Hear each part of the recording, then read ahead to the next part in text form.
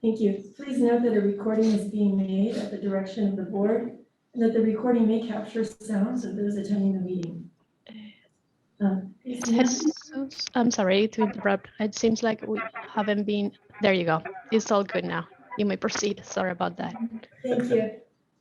Nancy, are you here? Yes. Oh, great. Okay, thank you. So all board members are present, so we can begin. Please join me for the Pledge of Allegiance.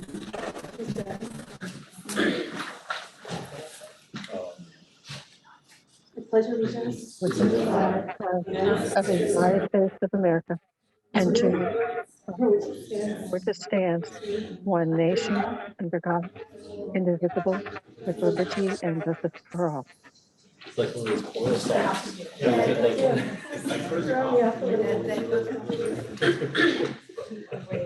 Thank you very much. So now we're doing our living land acknowledgement, which is a brief acknowledgement of land and life. The Sunnyvale School District is located on the ancestral and unceded land of the Muwekma Ohlone tribe, who have peacefully honored and cared for this land for thousands of years.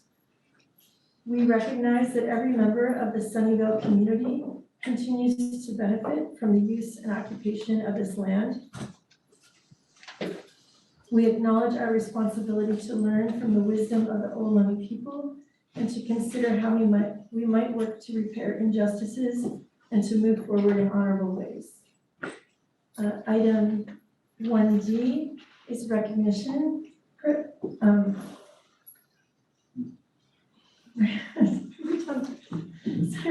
Representative Ro Khanna's office will be recognizing trustee Jeff Arnett for his service on the Board of Education. Hello, my name is Yvonne Sierpe and I come on behalf of Congressman Ro Khanna.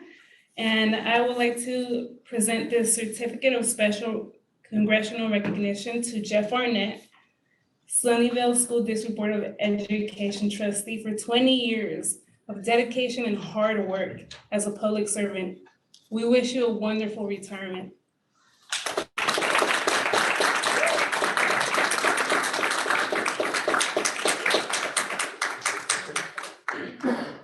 I'm going to pretend I'm Aaliyah and I'm going to take a picture. Oh, thank you, Michelle. I know it's the awkward part. Okay, Michelle. We'll shake your hand. 30, 1, 2, 3. One more, 1, 2, 3. Okay, if you both will look here, can I get another one of you? Because I think I might have got the back of Michelle's. All right, thank you. Thank you. Thank you so much.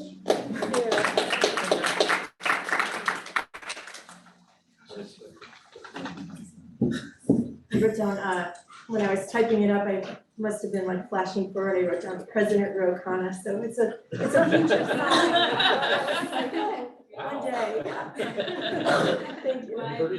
Yeah. Thank you. Okay, we're on to item 2, approval of the agenda. If there's any member of the public who would like to speak on this item, which is solely the approval of the agenda, please use the raise hand feature now. Okay, not seeing any board, is there a motion to approve? I move approval of tonight's agenda as listed. Go ahead. Okay. I second. Thank you. Any discussion, or you can vote? All those in favor? Aye. Chair votes aye, and with that, the motion is approved. Okay, we're on to item 3A, the middle school supports and plans with Mr. Paul Slayton, Director of Student Support Services. Hello, thank you for the smattering of applause. I appreciate that. That was shameless. Thanks for having me back. I guess it's a good sign. We also are joined today by Principal Daniel Poe and Vince Iwasaki from Sunnyvale Middle School and Columbia Middle School. So the goal today is just a fairly, not brief, but broad overview of the supports at both schools. The idea being to compare where we are currently and where we're headed with them. Jesus has said he's going to handle clicking through the slides. This would be my subtle cue for Jesus to go ahead and there we go. So the idea being where we are now, there's a brief summary of supports, and I'm going to talk about the way we're going to share them, which is going to hopefully reinforce the domains of the MTSS kind of viewpoint we take on student supports. And then we'll move into more specifics that are different at each school, at which point, when we get to questions, I wanted both principals to be able to answer in more detail than I could provide now. So just moving forward briefly by review of what we did last time I had the chance to speak. There are two mindsets that direct our work in student services and supports, and these pre-existed me. I'm grateful for them as a director. First off is the concept of multi-tiered systems of support across the school site. This is not a policy. Yes. Excuse me, Nancy, could you please mute your microphone, please? Thanks, Bridget. Thank you. This is not a policy you bring to bear. This is more a mindset you use when you're looking at what supports exist for students. Our supports at all schools are site team based, meaning sites are doing the lion's share of the work to identify and evaluate student needs. That's critical because if they're run centrally, student needs often get simplified into kind of the most convenient category. It's just a mechanism of not knowing the student on a daily basis. Our sites are doing regular meetings of their MTSS team, and that team identifies student needs according to specific domains. Those domains for us, these are pretty common, are socio-emotional learning, academics, and behavior. There was an excellent question of why would we separate socio-emotional learning and behavior? And the reason is often a student will manifest a socio-emotional mental health need that has a behavioral component. And it used to be that meant a student got behavior intervention and mental health support. But what we learned was the better we are at targeting mental health supports, often we're intervening before those become classroom behavior. And there are students, and some of us know them well, that have a behavioral concern not embedded in a mental health support need, that they're acting out in class for something that wouldn't be addressed by counseling. It could just be a boundary setting, history of time in the classroom, many different things. The pyramid structure on the right, you've seen this before. The idea is tier 1 supports are school-wide. They're what some people would call climate.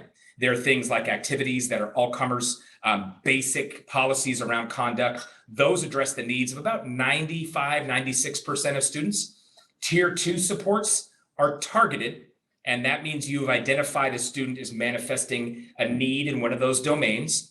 And then the team would gather to talk about what that targeted intervention could be. We'll go more into detail soon in a minute. And then those tier 3 supports, it's about, depending the research, 1 to 3% of students would need intensive intervention. That means a targeted, very specific intervention. Usually they're in a condensed amount of time, and it's a pretty significant resource application, which means it's not available to 5,000 students because it's not necessary there.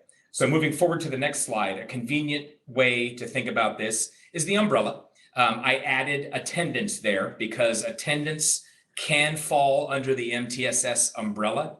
Rarely does a student present with just an attendance concern. There's usually a corollary in a socio-emotional need, an academic need, or a behavioral concern as well. So the umbrella is what most of our sites seem to use. The pyramid is convenient, but we talk about that umbrella of services we have available, and these are for all students in Sunnyvale. So moving forward, if we unpack this, that's one piece. The no wrong door policy that we talked about is that critical other piece.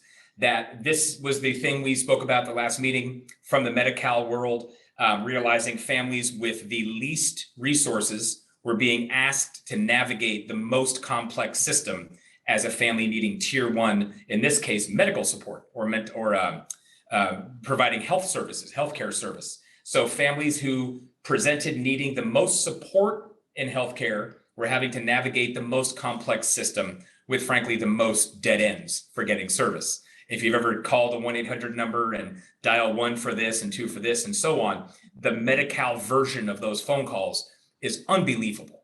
And we were asking families who are not maybe having the most time to do that to navigate that for something as essential as healthcare. All of that to say, no wrong door is another mindset. And the idea being we break down the silos between services So a family whose son has an attendance problem and we discover a mental health concern or a socio-emotional concern, we don't say, all you need to do is head down the hallway and introduce yourself to Jessica. She's at the third door. And then the person has to reintroduce who they are. That's what we don't have to do. And it's a wonderful way to look at it. Most coherent school sites are already doing this, where they kind of walk a family through to get services. So moving forward, another slide, just to go into a little more detail. There's really 3 elements to the middle school support system in Sunnyvale School District. There's the referral for support. There's case management of students that are referred. And then there's the one that's like the ongoing struggle anywhere you try to do something like this, and that's progress monitoring. Because what will happen is, and the principals could speak to it, a student gets a referral from an adult. It can be anybody. It can be a teacher. It can be a counselor. It can be a new aide that sees something they're concerned about. That student gets assessed by the MTSS team, and we say, oh my goodness, this person has a behavioral problem in the morning every day. They have a hard time transitioning from mom to classroom for a kindergartner, for example. We'd align support, and then if we're not very careful, the support either expires and we never follow up, or the support is just in perpetuity and we're not transitioning anything to the child so they can actually do this themselves. So progress monitoring is incredibly difficult because it means bringing kids back in front of the adults that are kind of the guardians of the services and revisiting that child when no one has flagged them as urgent. It's very easy to talk about kids who have urgent needs. It's very difficult to create time to talk about a kid who you remember from August was having a hard time getting out of the car and checking in to see how it's going. The good news is when it's all working. The bad news is when you don't realize the teacher is leaving the classroom every day to get the child and bring them in, because that's unsustainable. It impacts instruction. So monitoring services and easing off of them or going more into it is the tricky part. So Jesus, if we can go forward. So back to the umbrella. Let's take off that academic silo and just talk about what's happening at middle school at both schools right now. As I speak about this, I realized I've taken very complex things, reduce them to bullet points.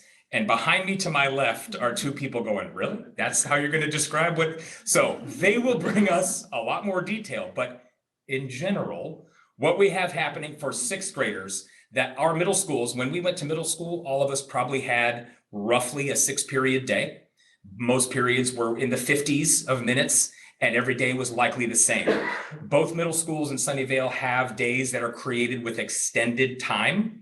The extended time is supporting ELA and mathematics. Both sites have mechanisms to individualize what those needs are for students. So we are not blanketing 6th grade from August to December with math support and then switching to ELA support, because that isn't targeting academic intervention. Our DSS TOSAs, direct student service teachers on special assignment, support math and ELA with push-in for targeted identified students. How that process works and when they go in and where those minutes come from differs for each site.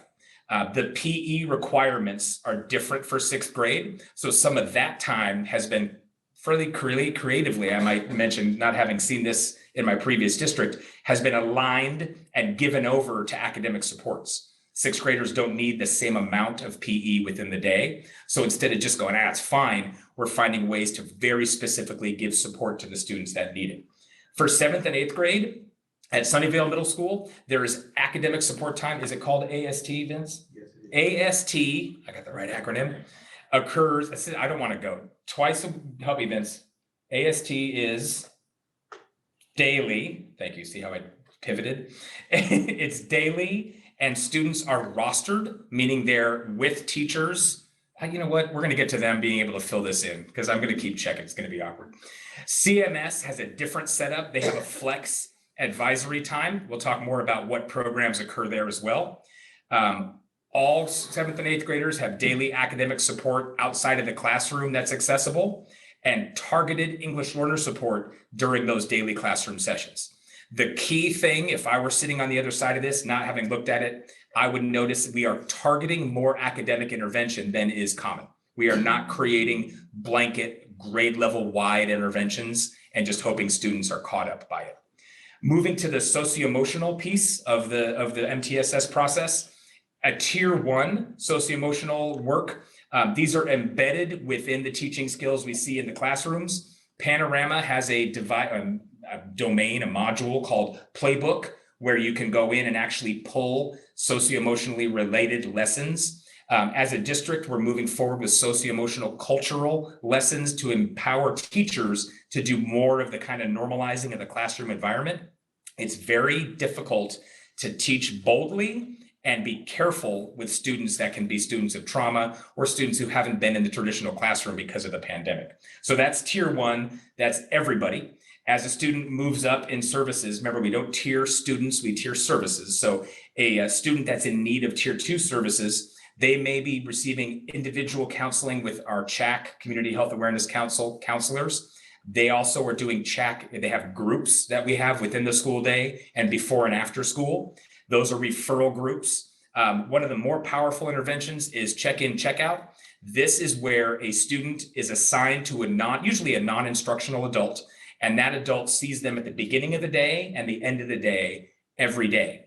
And that sometimes it's a fully relational check-in where I'm just, hey, how's your day looking? Anything you're concerned about? And then at the end of the day, it's a follow-up. Sometimes students will have a specific set of things that the adult is going to check in on, and they can even have a little paper they carry around from teacher to teacher in the middle school to have teachers check off how they did. They can do rating scales, 0 through 2, how'd you do, things like that. The goal here is kind of the hidden goal is just contact with a positive adult within the day that isn't carrying instructional burden for 30 students.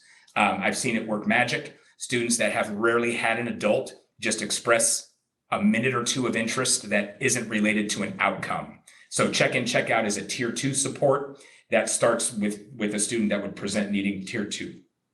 Social skills groups such as Lunch Bunch, some of our clubs and programs that occur at lunch can also serve as tier 2 supports for students. And then moving up to that tier 3, again, this is sometimes 10 to 20 students at an entire campus. They can be getting individual counseling with one of our social workers. The wraparound service model can be brought to bear, which is in and out of school services that can actually address family systems if that's what's feeding into a student's concern. And then these students are where the MTSS case management model kind of shines, that we're actually doing ongoing monitoring of students that have very significant needs. Just personally, things like elopement from the campus, severe behavior concerns that usually are masking another problem. Those are the things that would qualify a student for tier 3 support. So just on the behavioral side, tier 1 PBIS is our district-wide behavioral support process. This is incentive-based. School events fall as PBIS. PBIS teams identify positive student outcomes, explicitly teach behavior, all of that just for every single student. And again, 94 to 95% of kids, that hits them fine. Tier 2 supports under behavior can also include check-in, check-out. That's when you have the rating scale that if you have a hard time getting from lunch back to 5th period or whatever it is, that teacher knows you're coming in with the paper and leaving class with the paper to say, hey, student did a great job and settled right down, or whatever their target concern is. We also have, this is where our behavior consultation comes in. Chin Chin Chu runs our behavior supervisors and technicians, and they start working directly with student behavior throughout the day. For behavior, tier 3 can include a behavior intervention plan. If you've never seen one of those, it's a very specific plan with outcomes tied to the student's presenting behavior. It's a complex task to create them, but they detach student behavior from exhausted adults.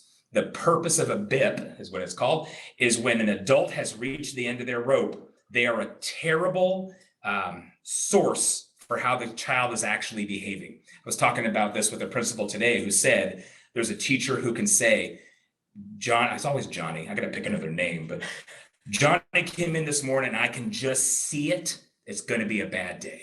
So you don't have a teacher with ill intent, but you have a teacher actually possibly disciplining a child for what they might do.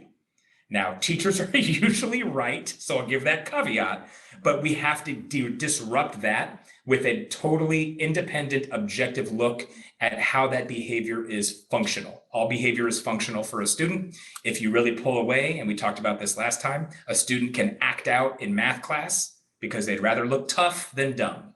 So if they get called on at the beginning of the math lesson and they act out and call you a bad word, you've just discovered, don't call on that kid at the beginning of the math lesson. Maybe tell them, I'm going to use you on problem 35. Get ready. If you're freaking out by the time we get there, show up at number 2. I won't call on you. You're going to be fine.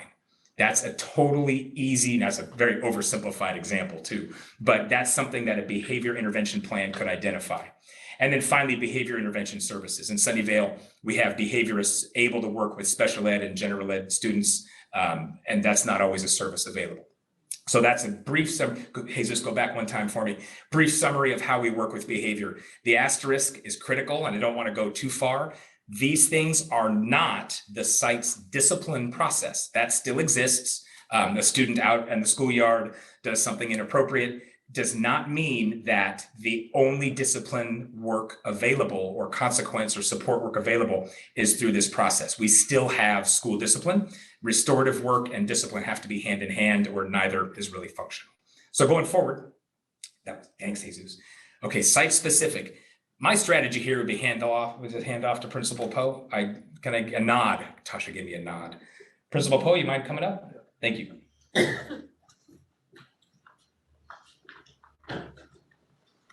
Hello, everyone. How are we doing today? Buenas noches, los que están por Zoom. So I'm here to talk about our STRIVE program. So many years ago, right, so when I was the assistant principal at Columbia Middle School, and our old boss is right behind me, right, we always used to talk about developing a program, right, to help our neediest students that had a lot of behavior issues, social emotional issues, right, that were basically blowing up classrooms. So we did that. We brought it together. It helped get the students to the finish line of middle school, right? And for a while it was working, but at the same time, when you cluster all behaviors into one classroom, it could take a tax, right? Even on a program such as STRIVE. So the approach that I used when we hit the pandemic was I kind of changed the program a little bit, called it STRIVE 2.0. And what we ended up doing was everything there still happens, right? We have roughly about 20 students in the class, mostly 8th graders, because that's who we have the most information about. And it is daily individualized check-in.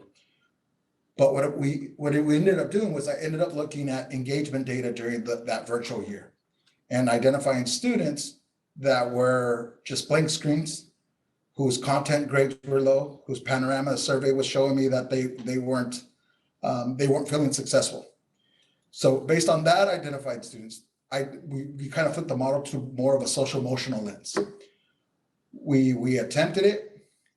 We also figured out that there was a lot of math anxiety.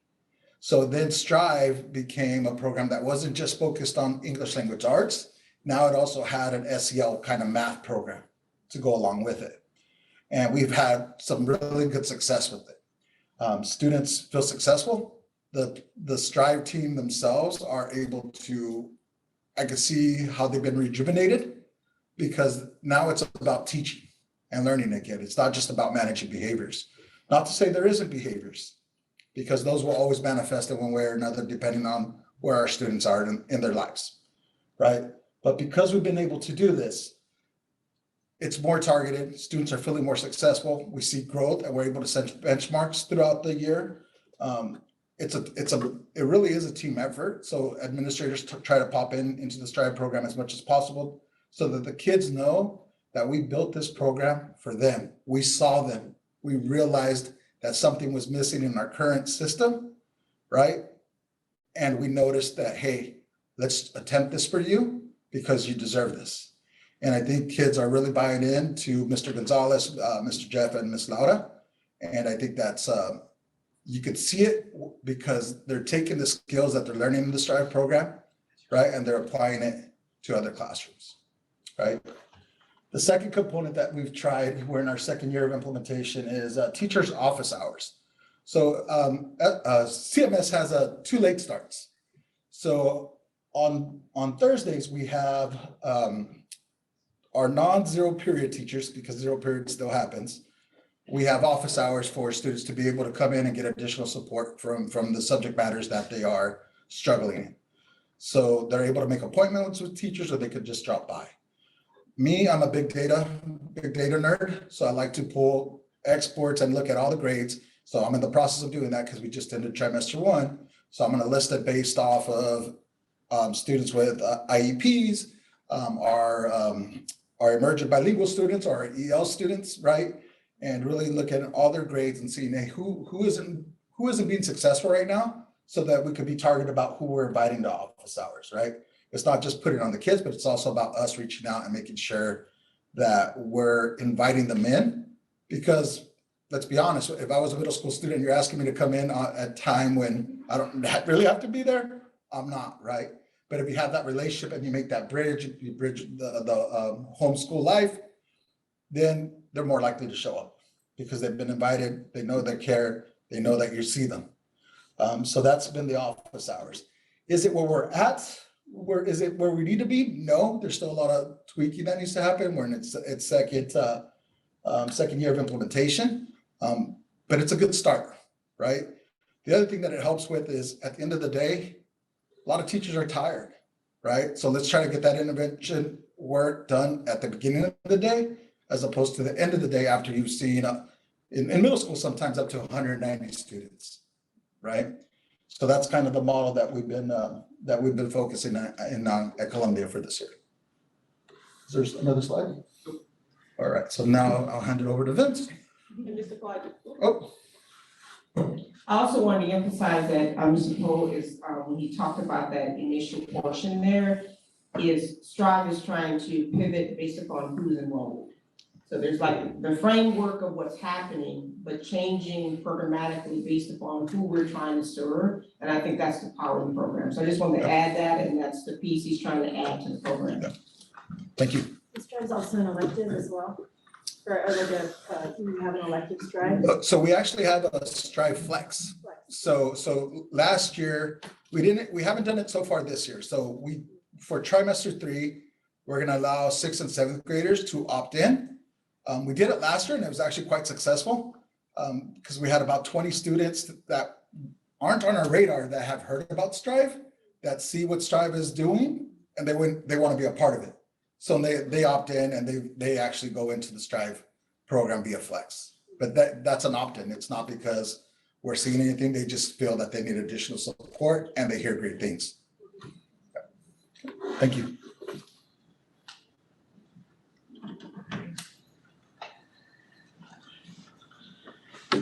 Evening, my name is Vince Iwasaki, service principal at Sunnyvale Middle School. So the information on the board is around the School Wellness Center. This is a partnership that Dr. Dean and a variety of folks have worked with us on to build out with the county. It's going to give us a space for students to be, to come in when the day is not going well. It'll have an attendant. It will also have mental health support immediately present for those students. We also have our social workers on campus as well. This creates a space that is staffed all of the time. And so we think it's going to be a helpful space. We are working with the county to determine how students are assigned to the social worker in the Wellness Center for check-ins and check-outs and all of those other kinds of, all that other work. Right now, we expect the Wellness Center to be up in the next 2 to 3 weeks. Sorry, they just hired somebody, so we should be up in the next 2 to 3 weeks. We're doing some remodeling right now.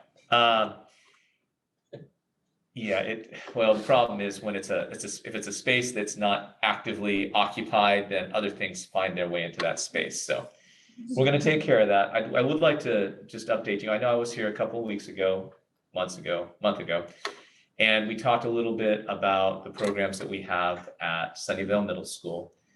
I think for us, a lot of the work that we're doing exists within the programmatic structure that the district is providing, as well as our AST program. And so with respect to the programmatic structure the district provides, our TLC program that we do with the, oh no, it's not the LEA, we're the LEA, it's the SELPA, sorry, that we run jointly with the SELPA is super helpful in serving our students that have Tier 3 social, emotional, and behavioral needs. And the level of staffing there is outstanding. There is behavior counseling support and behavior support for all of those students, as well as much smaller class sizes and the ability to support them directly in class. So that's been very helpful for us. We also run our AST program, and so that's where a lot of our Tier 1 social emotional support and regulation happens. It's also the place where we are connecting our teachers with our students. As I shared with you the last time I was here, when we looked at our panorama data from the springtime, we found 26% of kids are connecting well with adults on campus. That number's not high enough. And in 7th and 8th grade especially, it's difficult for a child to find a teacher to connect well with, because each of those teachers that they're seeing for content is seeing 150 kids. And so we made AST that place. And so there's 20 to 25 kids in each AST class. That AST teacher works with them on things like goal setting, grade monitoring, all those kinds of things. It gives them the opportunity to know those students better, gives those students a place to be. And so we feel like that's helping us a ton. We did get our last set of panorama data. It's interesting, we're still at 26%. I'm well connected to an adult on campus, but we're at 80% there. If something was wrong, if I had a problem on campus, 80% of our kids say there's an adult I can go to. So I want to look at the data a little bit more on that, but I'm pleased with that. The last thing is that for our 6th grade, like we said, we have that extra time. We've spent a lot of time this year building out intervention time during that flex period that we have in 6th grade. And so right now, 6 of my 12 6th grade teachers are engaged in that process. So 4 math and 2 ELA. The other 6 will be joining us in January in that process. Teachers are reporting that they're enjoying that teaching style more. Students are reporting that they enjoy that time more. And it creates an opportunity for our DSS, our direct student service TOSAs, to get in there and work with a couple of small groups every period, and for our teachers to put their energy and efforts into students who are struggling. So, okay. I think that's it. Thanks, Paul. Thank you. Just a huge thank you to both of you after a full day to come here and share detail that we can look at. I really appreciate that. Briefly, and then we'll finish and go to questions. The biggest enemy of appropriate change for things like this is momentum. Get a program up and running, it is very difficult to change it or even really assess what it's doing. So I shamelessly stole this from the management retreat. This is the design thinking we do. Empathy shows us there's a problem. We have insight and create something. We test it, and then we revisit whether it functions. The idea here is that no program is just ongoing by virtue of what it used to be. If we're doing the same program 10 years after we started it and it hasn't changed, our students have changed and we haven't paid attention. You can also go the other direction and change so often nothing sticks, but most often momentum is kind of the enemy of innovation. Can you go one more for me? Here are the questions we should be asking from my perspective on student services for all domains. And I don't need to read them to you. So by way of just brief summary, are we adapting to students that have multiple needs? It's very difficult to do. Instead of saying a kid's a behavior problem, are we actually paying attention? Are we differentiating between crisis and long-term chronic need? Those can be present in every domain we've talked about. And finally, do we have points where students can enter services and exit them and move in and out levels of support flexibly? Few students misbehave in a linear fashion or have academics that begin to fail in a linear fashion, and our systems are designed to catch that, but it's not easy to sustain because kids will do great for 6 weeks and we exit them and getting them back in can be difficult. In fact, sometimes they have to overachieve whatever initially got them referred to get us to pay attention again. And that's just not how we want to do it. So thank you for your attention. Thank you both for your expertise. Okay, so now we're gonna open it up to public comments really quick. I think if you just hang out for 1 second because the board's gonna wanna discuss, I'm sure. Right now, if you're at home and you would like to comment on this topic, please use the raise hand feature now. And we're not seeing any. Okay, so board, let's start our discussion about middle school supports. Anyone like to begin?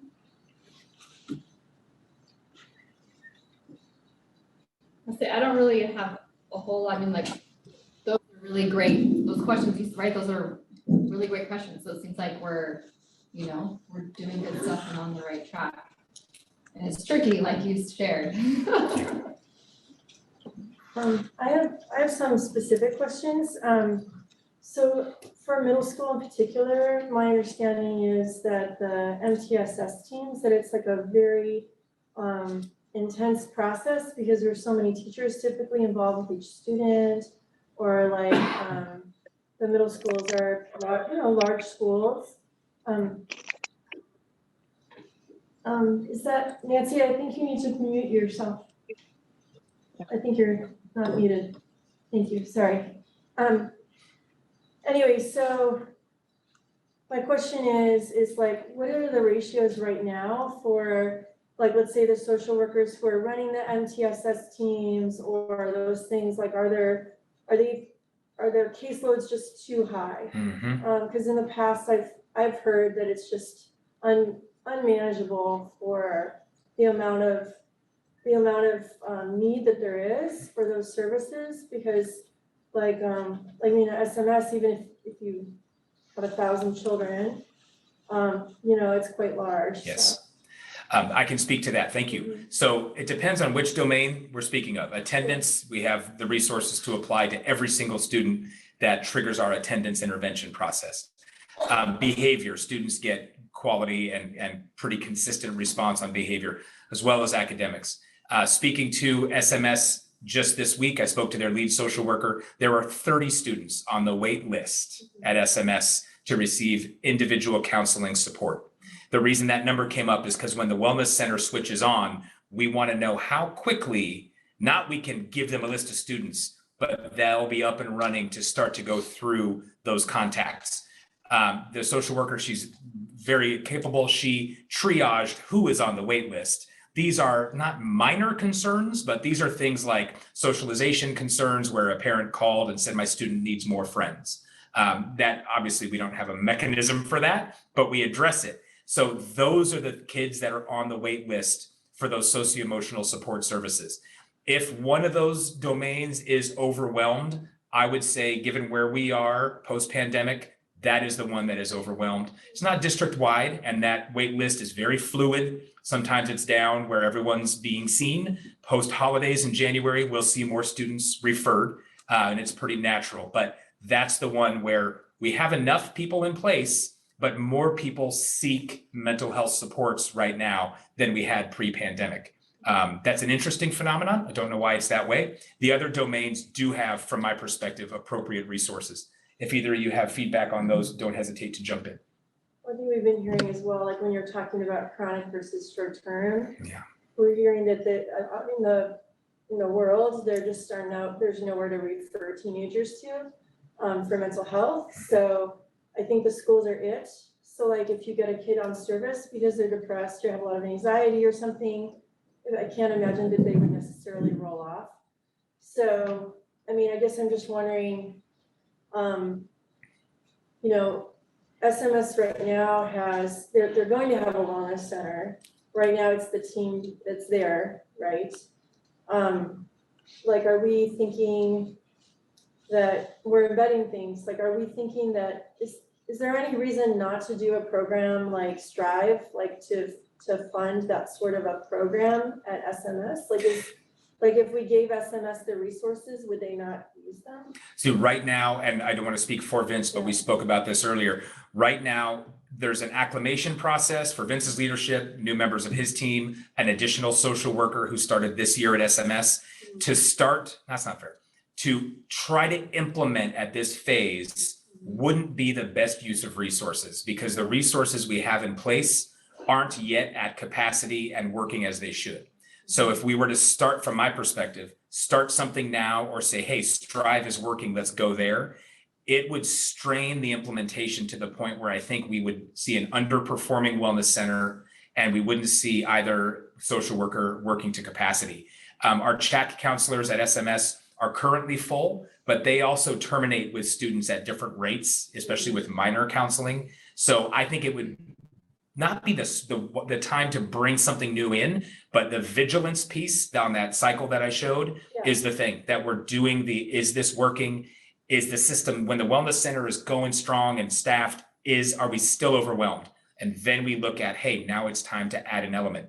Not oversimplifying what Vince said, but asking for more time to get everything up to speed and stable, and then see what our needs still might be. And to be very transparent, there could still be needs given where we are with mental health services outside the school. And what about a wellness center at CMS? Yes, I think that could also be something moving forward that would be, again, if it's highly functional and working at SMS and doesn't interrupt the effectiveness of Strive, that could be. So we actually have a student service center is what we call it. So I developed that right after the pandemic for a place where kids can just walk in and receive those type of services, right? And working with the counselors, they've also found ways to be able to create QR codes. So that way it's not necessarily an adult that has to refer them, but if a student feels like it, they could just scan the QR code and then they're able to set up an appointment with the counselor right away. So there's an area on CMS's campus where they can go and de-escalate. They have trusted adults there. It was something that I knew was going to be needed after the pandemic, just seeing the trends. And it's been a great place. From the 8th graders that are there that started utilizing the student service center, right? That's where they built connections, and then they took it upon themselves to advocate. Many of the ones that I had last year advocated to be in Avid this year, and also advocated to be in Strive. Not because I felt they needed it, but they themselves felt they needed some additional supports. So we have something that's already there. We utilize the resources that we have. So I just want to throw that out there. Okay, and You then can come last question I had was about the academics. Yes. Because you had on your slide that both campuses have daily academic support. Mhm. And are you talking about like in-class support time, or are you talking about after school or extended time? I over condensed because both are there. The DSS TOSAs, this is where you guys can feel free. The DSS TOSAs are doing the targeted individual support. That's what is like a tier 3 level academic support. Student supports when they're invited to, where they go for AST is another targeted support time that happens within the classroom minutes of the day. There's minutes in the day that are assigned to direct academic intervention. Mm-hmm. So are there extended day academic supports at both? No. Vince is coming up too. So I can only speak for Columbia, right? So Columbia does have a KLAS program, so there is that kind of the enrichment component that's happening after school that keeps students engaged. I would like to create some kind of homework center. It's just been very difficult to get like some volunteers to be able to kind of house that, because I know that's a need, right? There are some families that still want homework support. On our Common Late Start, we have Late Start Care, which I started offering to families. So they're able to kind of receive study hall, and we're also partnered with the Columbia Neighborhood Center, so they're able to work out an open gym and stuff like that. I just reached out to teachers to start the Beyond the Bell program to do some intervention work. Some intervention work does happen during lunchtime, so like a math club, stuff like that. So we're currently in the works, but we're not fully implemented. Because at the same time, like as I mentioned, teachers are tired at the end of the day. So having them stay even longer, like sometimes they can't, they need to recharge their batteries for the next day. But we are looking at ways to recruit, even for avid tutoring and stuff like that, get volunteers out there. And we've been posting stuff to our parent bulletins to try to find volunteers, and we've gotten some, but not enough yet. Yes. So outside of classroom time, I have a scattering of teachers that provide support after school. Those tend to be by invite or by appointment. I have teachers who are running things during lunch, asking kids to come in and get work done with them. And there are a number of kids who are taking advantage of that. We do not have a global after-school program. We don't have KLAS. And we don't have an after-school homework center yet, although I'm working with HR right now to be able to extend hours on a couple of my people to supervise a after-school homework center. And I've got funding within our budget that we can do it. I just need to, there's all of the things we need to do. As part of that, I've reached out to Homestead and to Fremont High Schools to recruit tutors to come down. It's not a short walk, but it's on their way home. They can stop by.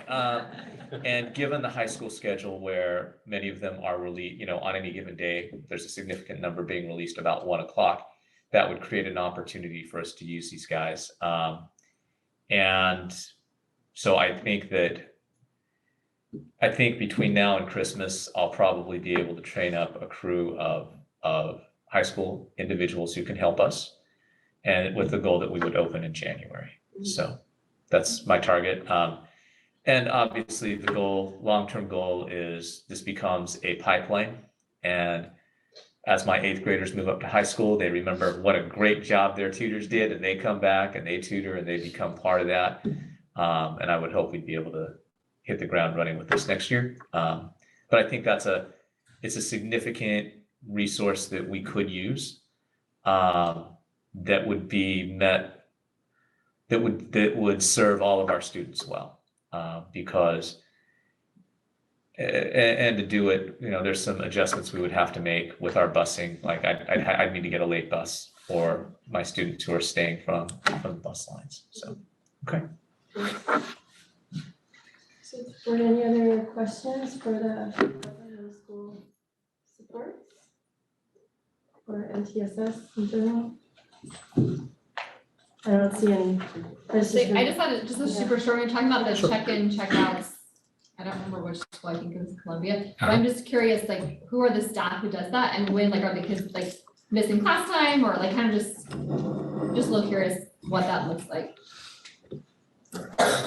So I'm back again. So for check-in, check-out, typically we interview the students, we meet with the families. The student really has to buy into it, right? And it really works best if the student's looking for attention, right? Whether it's peer attention, adult attention. That's why, like in our referrals and all that stuff, we have motivation, possible motivation, because we're trying to find out the antecedent. What is the student really needing, right? And so when it's attention-seeking behavior, check in, check out is a great opportunity, right? Because one, if there's a setting event, something that happens at home that triggers the student, they have that trusting adult. So the process is that we sit down with the student and we ask, who's a trusting adult on campus?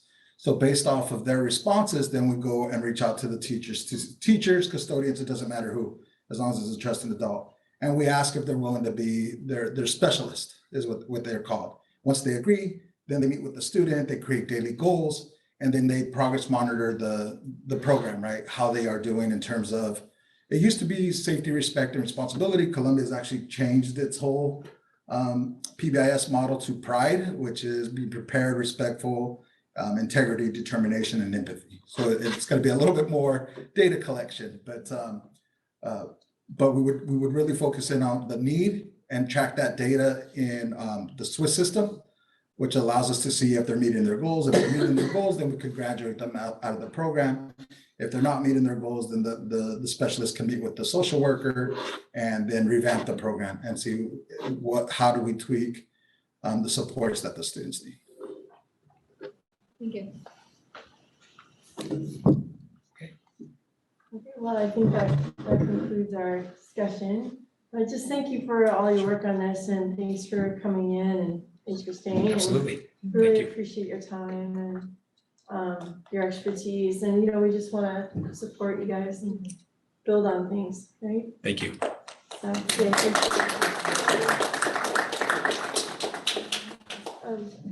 or do you want to take a quick break before we go into the rest? Yeah?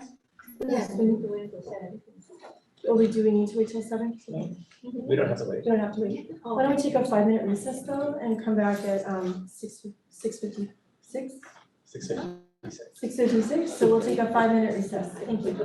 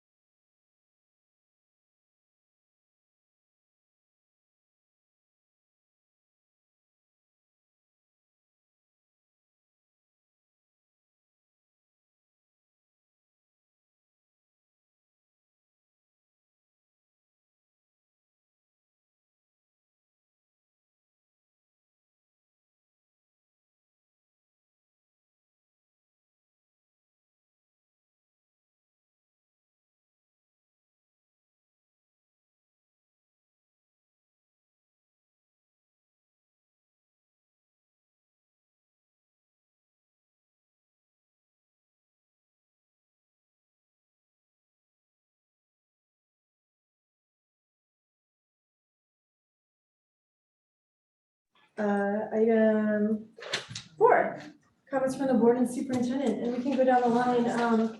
Nancy, are you back yet? Yes. Great, okay, would you like to begin? Yes. I have attended several meetings since our last meeting. The meetings have been the Santa Clara County School Boards Association meeting, the Legislative Action Committee meeting, and the LPC Local Planning Council meeting. There was a wonderful presentation on steps to success, and I will forward that to our administrative staff. They've done a wonderful job in setting up portals for families to help understand the different choices that they have about entry into preschool TK programs and what's available for childcare in the available area. So lots of reading too, and that's all I have to report. Thank you. Michelle?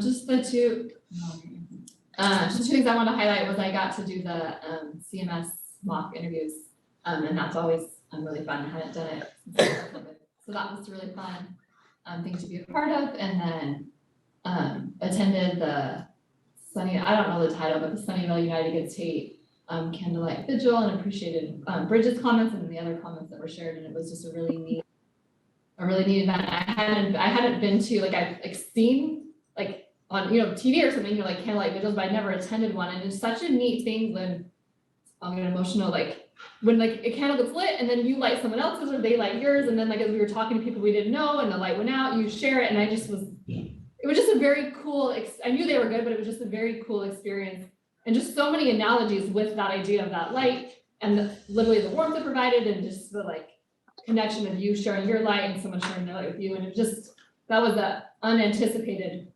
neat part of it. So just wanted to share that. Thanks. Yeah, I also wanted to thank you for sharing what you said at the vigil. It was real nice, and it's heartfelt, I felt. And I want to express, I'm sorry I didn't go, but I've been kind of struggling around large groups, so I'm kind of self-care on that one. I wanted to share appreciation for Congressman Ro Khanna and his staff for developing this, and just appreciate all of you helping organize it as well. Thank you.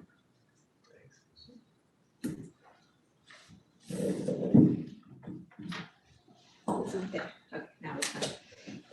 Well, let's see. Shut it off. Huh? I think it was off. No, I didn't. No, it is, yeah. I think when I touch it, yours made it sensitive. Well, actually I'm gonna go backwards from this morning backwards, because I have it fresh. So this morning there was a challenge team at the Department of Safety, and there was actually a very interesting, discussion about the Cross Guards and the Cross Guards program, and the traffic studio they make every year to set priorities and to set where should be and how many should be. So we talk a little bit about that. We talk about the issues that we had last year, and apparently now they're 100% staff. And they feel very confident. But something that also came up when I asked if as we are also studying the safe routes to school, and they also mentioned that they are involved in the safe routes to schools, they do their studies and everything apart, and they just inform us after they are done with the research, because they told, well, why don't you team with us, because we're also working on a transportation scheme, and next year we're going to start this whole new program, and we're going to have more buses and drivers. But they say, no, we do it every 2 years, and we just inform you once we're done. So maybe there's an opportunity there to connect and share data and studies and things, because apparently Brad doesn't have anything else to do. Maybe we can just give him something else to do. I'm obviously joking. It's like he's in everything. Like, He isn't everything. like 10,000 things that he does every day. But so yeah, that maybe we can actually give him a little extra job and try to figure out what they're doing. It might be in our advantage, I suppose. I don't know.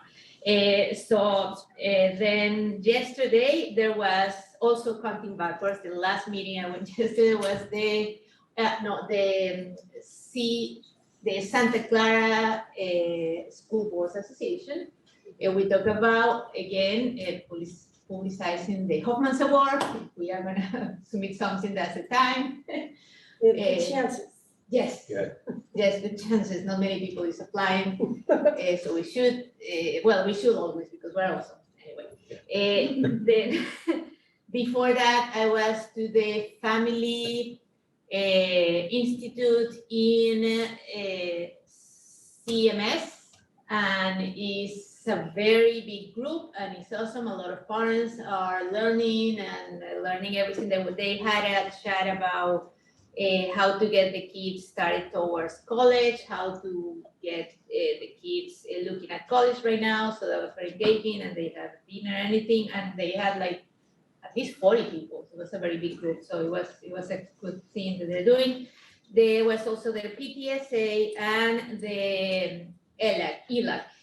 So they were talking about the ELAC and the reclassifying at CMS and how the process. They're gonna do one pre-test and right now in November, and then they're gonna do the final reclassification in spring sometime.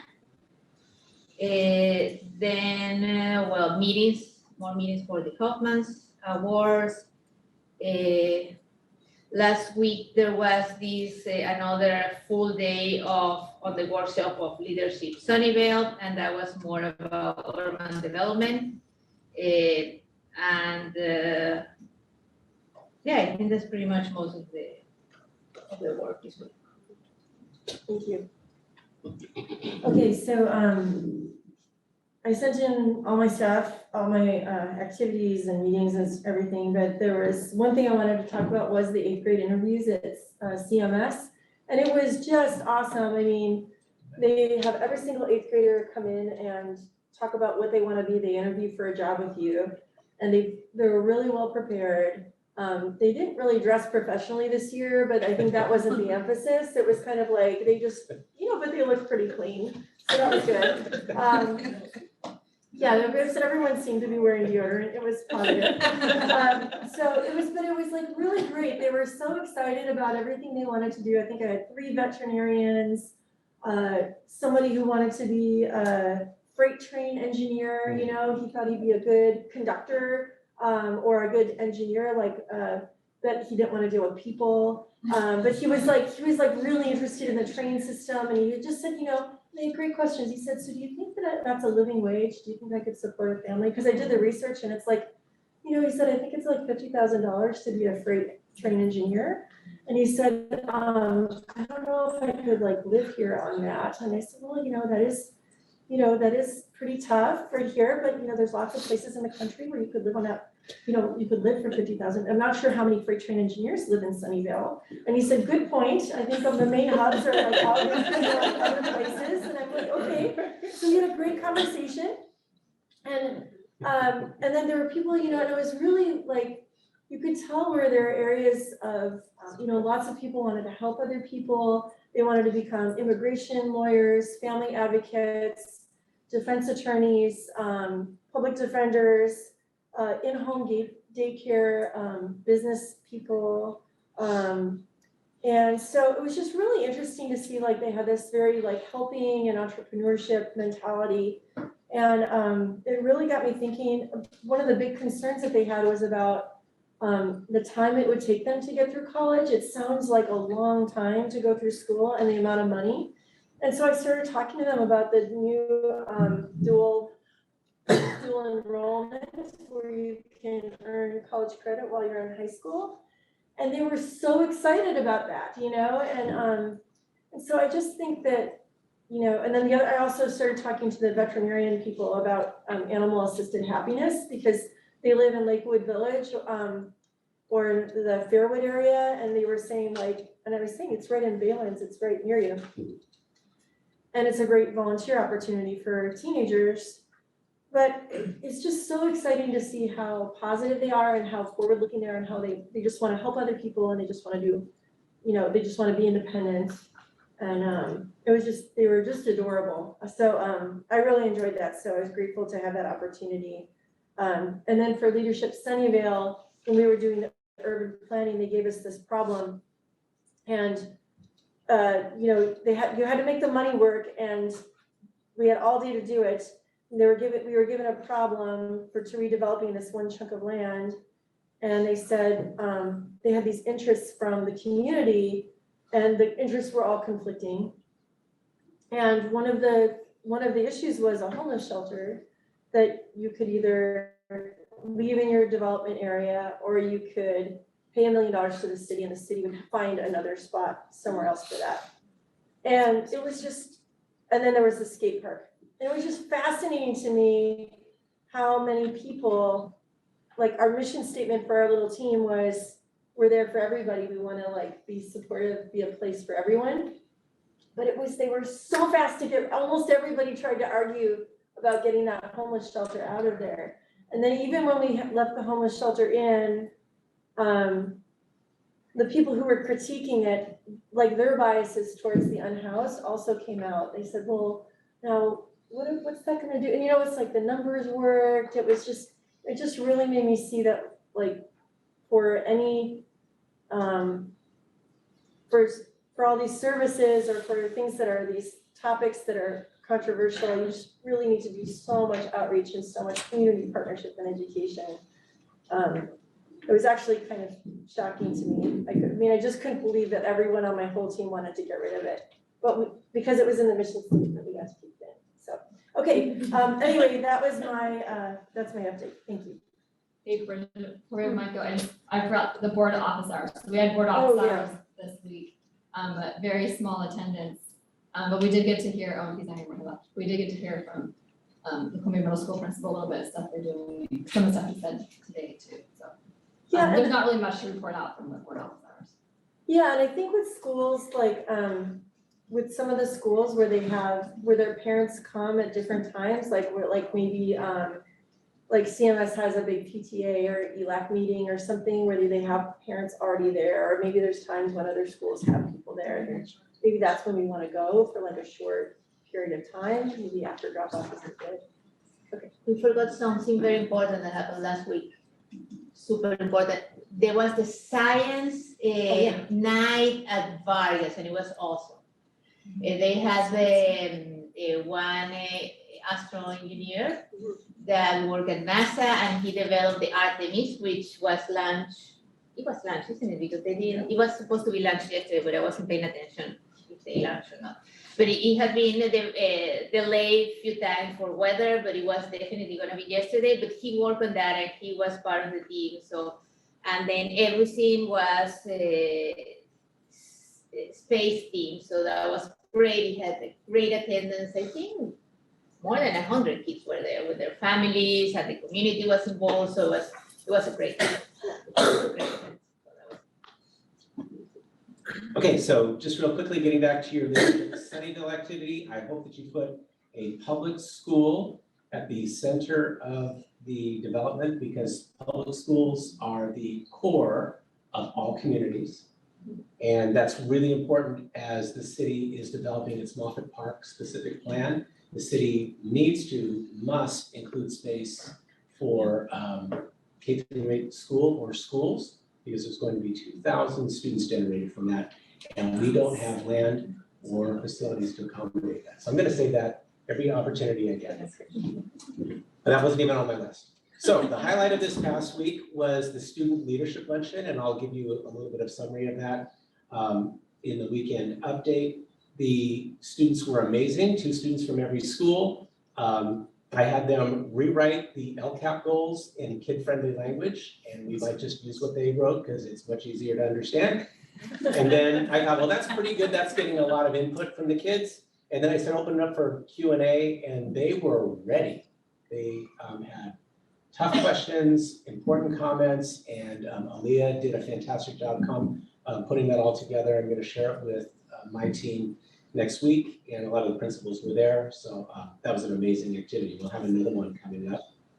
Want to give just a brief comment about the state budget. I was at an Access superintendent's meeting today. So I think we're hearing that the revenue is going to be significantly down statewide.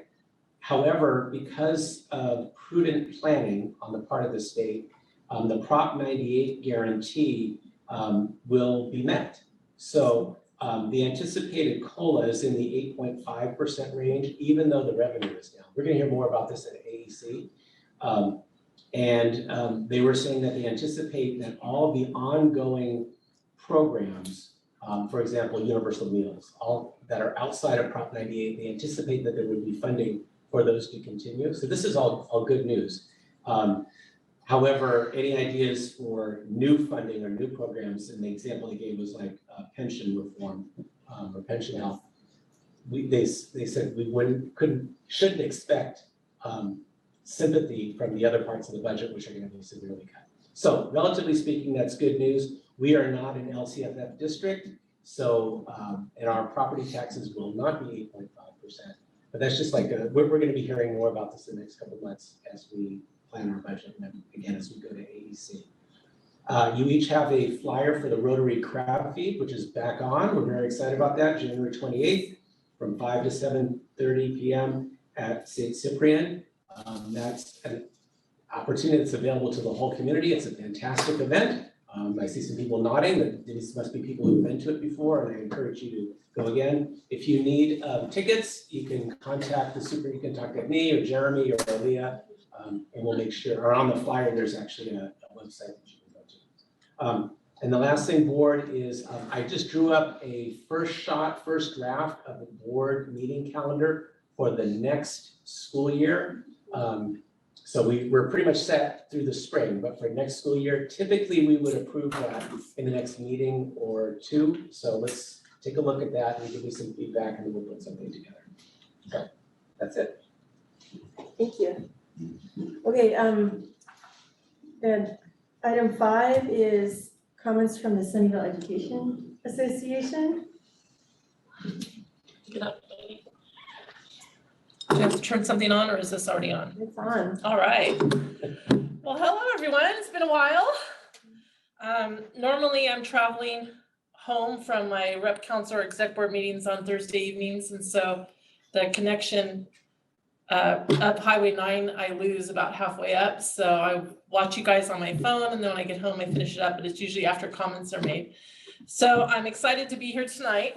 And before I say anything more, I just want to congratulate Jeff. And I just want to really say that over these years, we've really appreciated your support of teachers in our district, and most importantly, of the students in our district. And thank you for your leadership. It's been really important to us. I also want to wish everyone a happy Thanksgiving. I just finished my 27th year of teaching. I'm going into my 28th year. 25 of those years have been here in Sunnyvale. During this time, the face of teaching has changed so much, but nothing changed it more than the pandemic. And even now it is so very different, and it means so much. And I have to bring this from my members because it has come up in our rep council. It means so much when the district comes out to our school sites, like when you do your school visits, and you actually go into the classrooms and you see what's going on. And I just want to take this time to encourage the board to do the same thing. I know that many of you come to special functions at our schools, and I'm listening to all the stuff that you attend. It's amazing, but nothing means more than coming into the classroom and what we call the trenches, right? And really seeing what's going on in our classrooms and having that face-to-face contact with teachers. We have a number of new teachers on our school site, especially since the pandemic started. And even if you think over the last few years, how many we've hired even, and even some relatively new teachers that they've heard your names, but if I put you on a wall and I said, point to, that they wouldn't be able to do that. And so I just wanted, this came up at our last rep council where they really want to know who you are. And so I just encourage, as you make decisions, It's easy to make decisions based on information that's given to you, presentations that are given to you that are presented, but it means so much more when you make those decisions because you've actually seen it. So as you go out in the classrooms, you're going to see some amazing things, and you're going to see evidence of equity at work, which I know is very important to this board.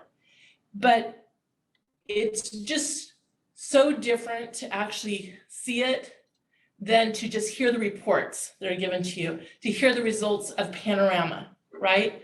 So I just want to really encourage you to get out into our classrooms and be present. The teachers are wanting to see you. They're wanting to make connections to the board. When the district comes out, I can speak firsthand because Jeremy came to my grade level, and it meant so much just to share with him what was going on, and then for him to come into our classroom and see it and be able to go, oh yeah, now I know what you're talking about. It's just a whole different meaning.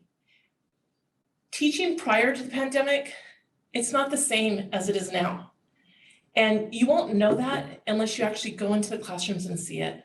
I can't even actually put words to it because I can't even describe it. I can only tell you that it's different. And if you look at the need for teachers and the lack of even substitute teachers in our community, in our nation, right? A lot of that has to do with the changes that have happened and how things are different in the classroom. And I know a number of teachers who are starting out in their careers and they say, this isn't what I thought it would be. And it's not because it's a lack of love for the students or it's a lack of love for teaching. It's because the picture that they always had in their minds, and it's the picture that has been given to them through their schooling, it's not what it is when you get into the real classroom. So I just want to encourage you, and it's great seeing everyone, and I am looking forward to the break next week, as you all are, I'm sure, and just wish you the best, but invite you to our classrooms. Don't wait for the invitation. Come on out. Thank you. Thank you. Okay, and next up is comments from the California School Employees Association. If there's a representative here, please use the raise hand feature. Okay, seeing none, comments from the public.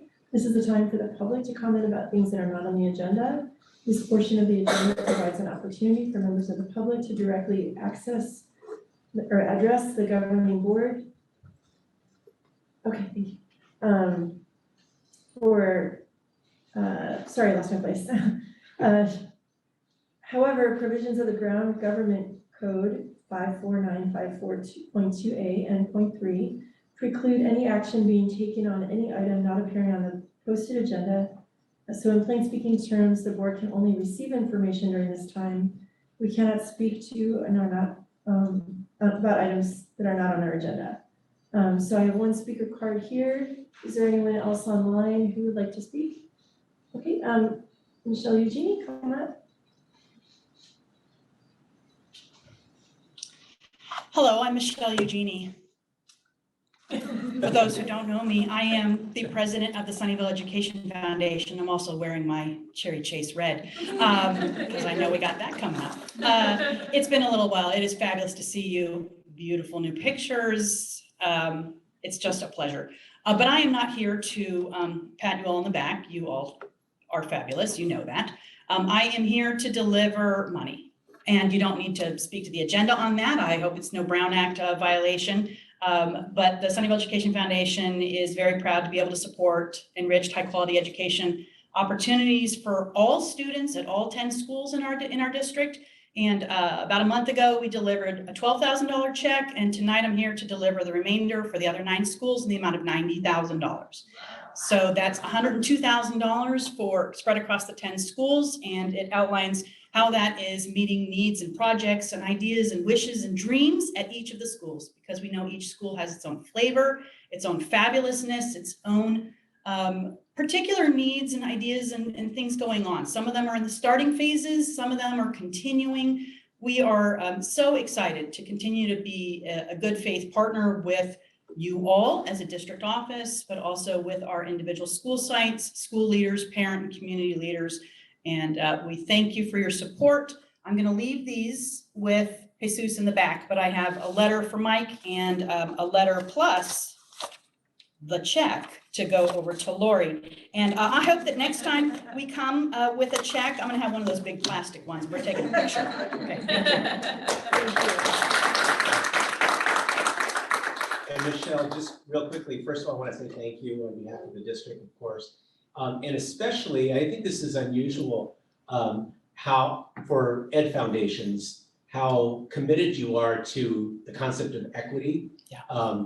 So the way they approach the awards that the Ed Foundation approaches the awards that they give to different schools is really founded in the same equity principles that we are trying so hard to work towards. So we really, really appreciate that. Absolutely. And our biggest need that we've been meeting is field trips and learning opportunities. The second one is a new category we created last year, which we call JEDI. It's just a fabulous acronym. Don't tell George Lucas. But it's Justice, Equity, Diversity, and Inclusion. And that has been, we're just so pleased to see schools demanding resources for that and us being able to fulfill that. So it's all a great collaboration. So happy to be able to help. Thank you. Thank you. Okay, we're on to item 8A, Cherry Chase School Presentation with Principal Gloria Michelle.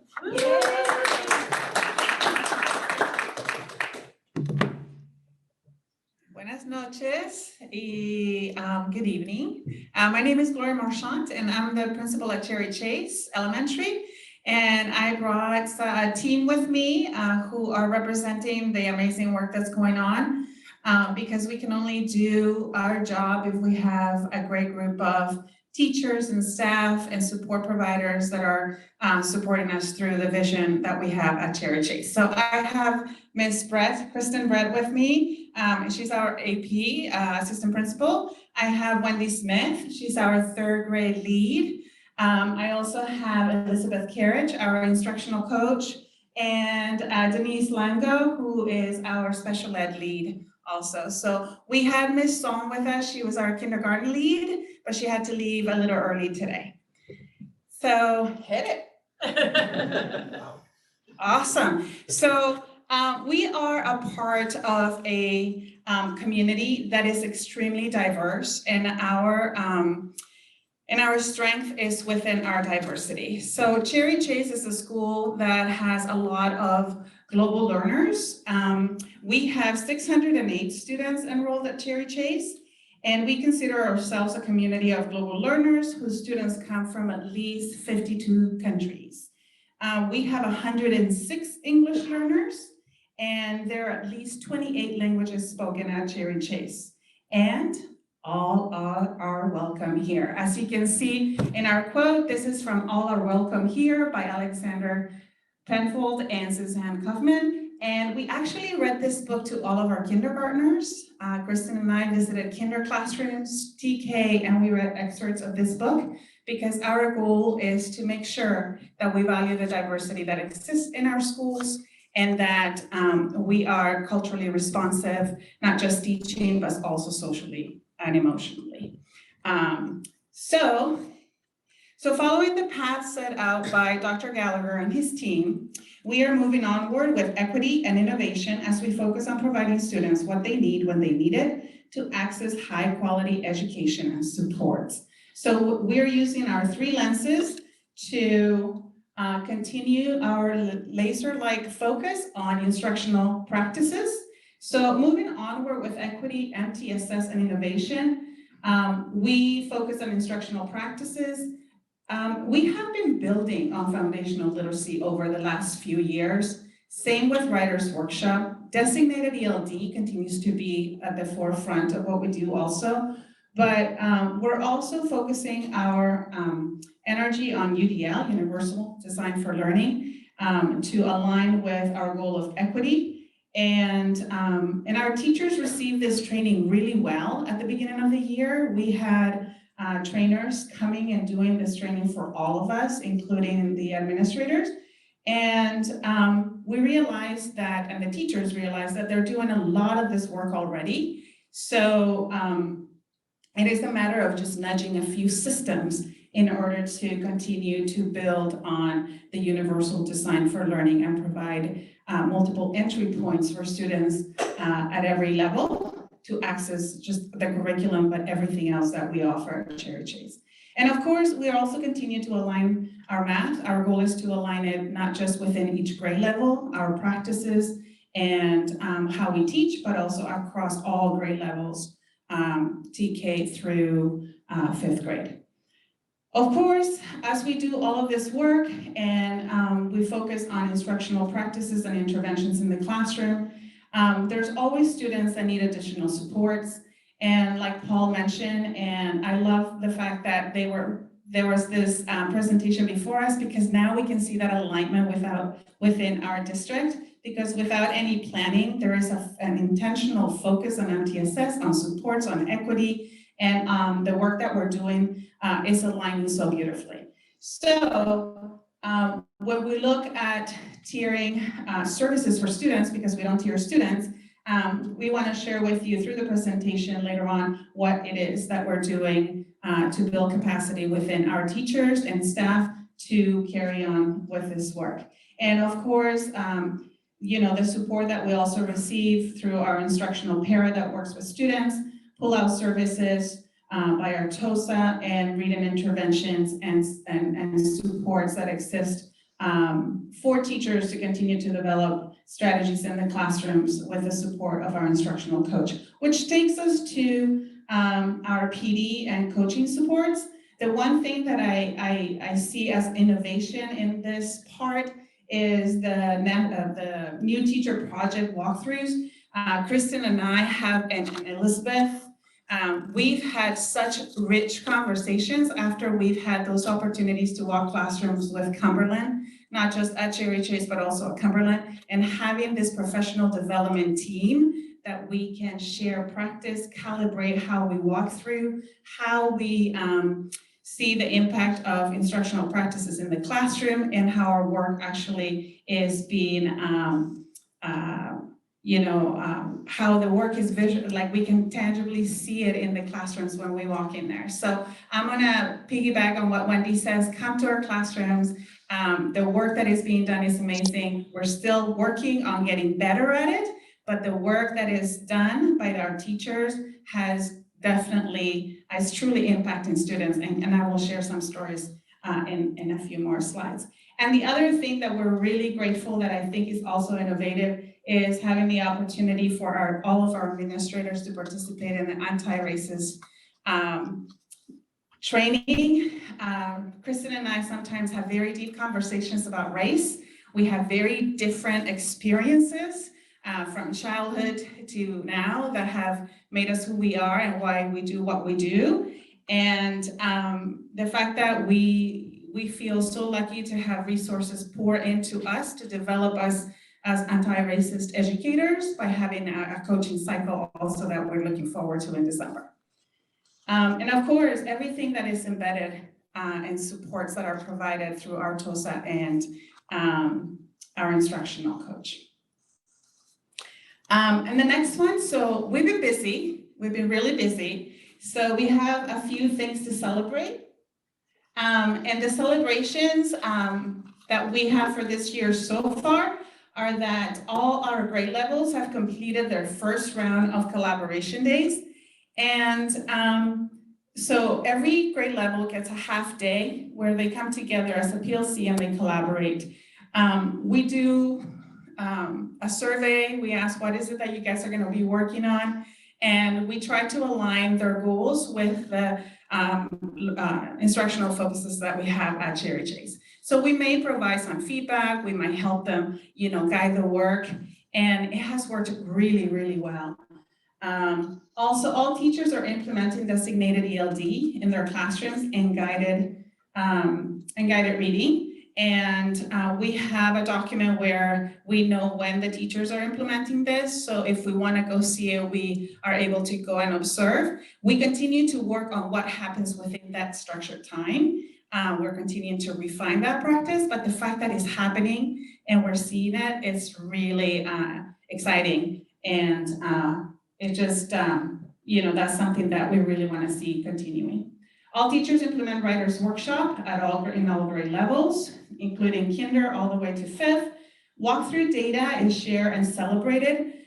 So we know that continuous and frequent feedback and support is what will change instruction and what will support teachers in their practice. So Kristen and I have made a commitment to be in classrooms more often. And the number one thing that gets in the way of doing this work is time. So we have committed and we meet regularly. So we schedule our time to go out there. Sometimes things come up, but when we're able to make it to classrooms, we love it. It's our favorite time of the day. And then the other piece to that is that we share that data with teachers and we celebrate it. And we don't share specific data, but we share trends that we're seeing.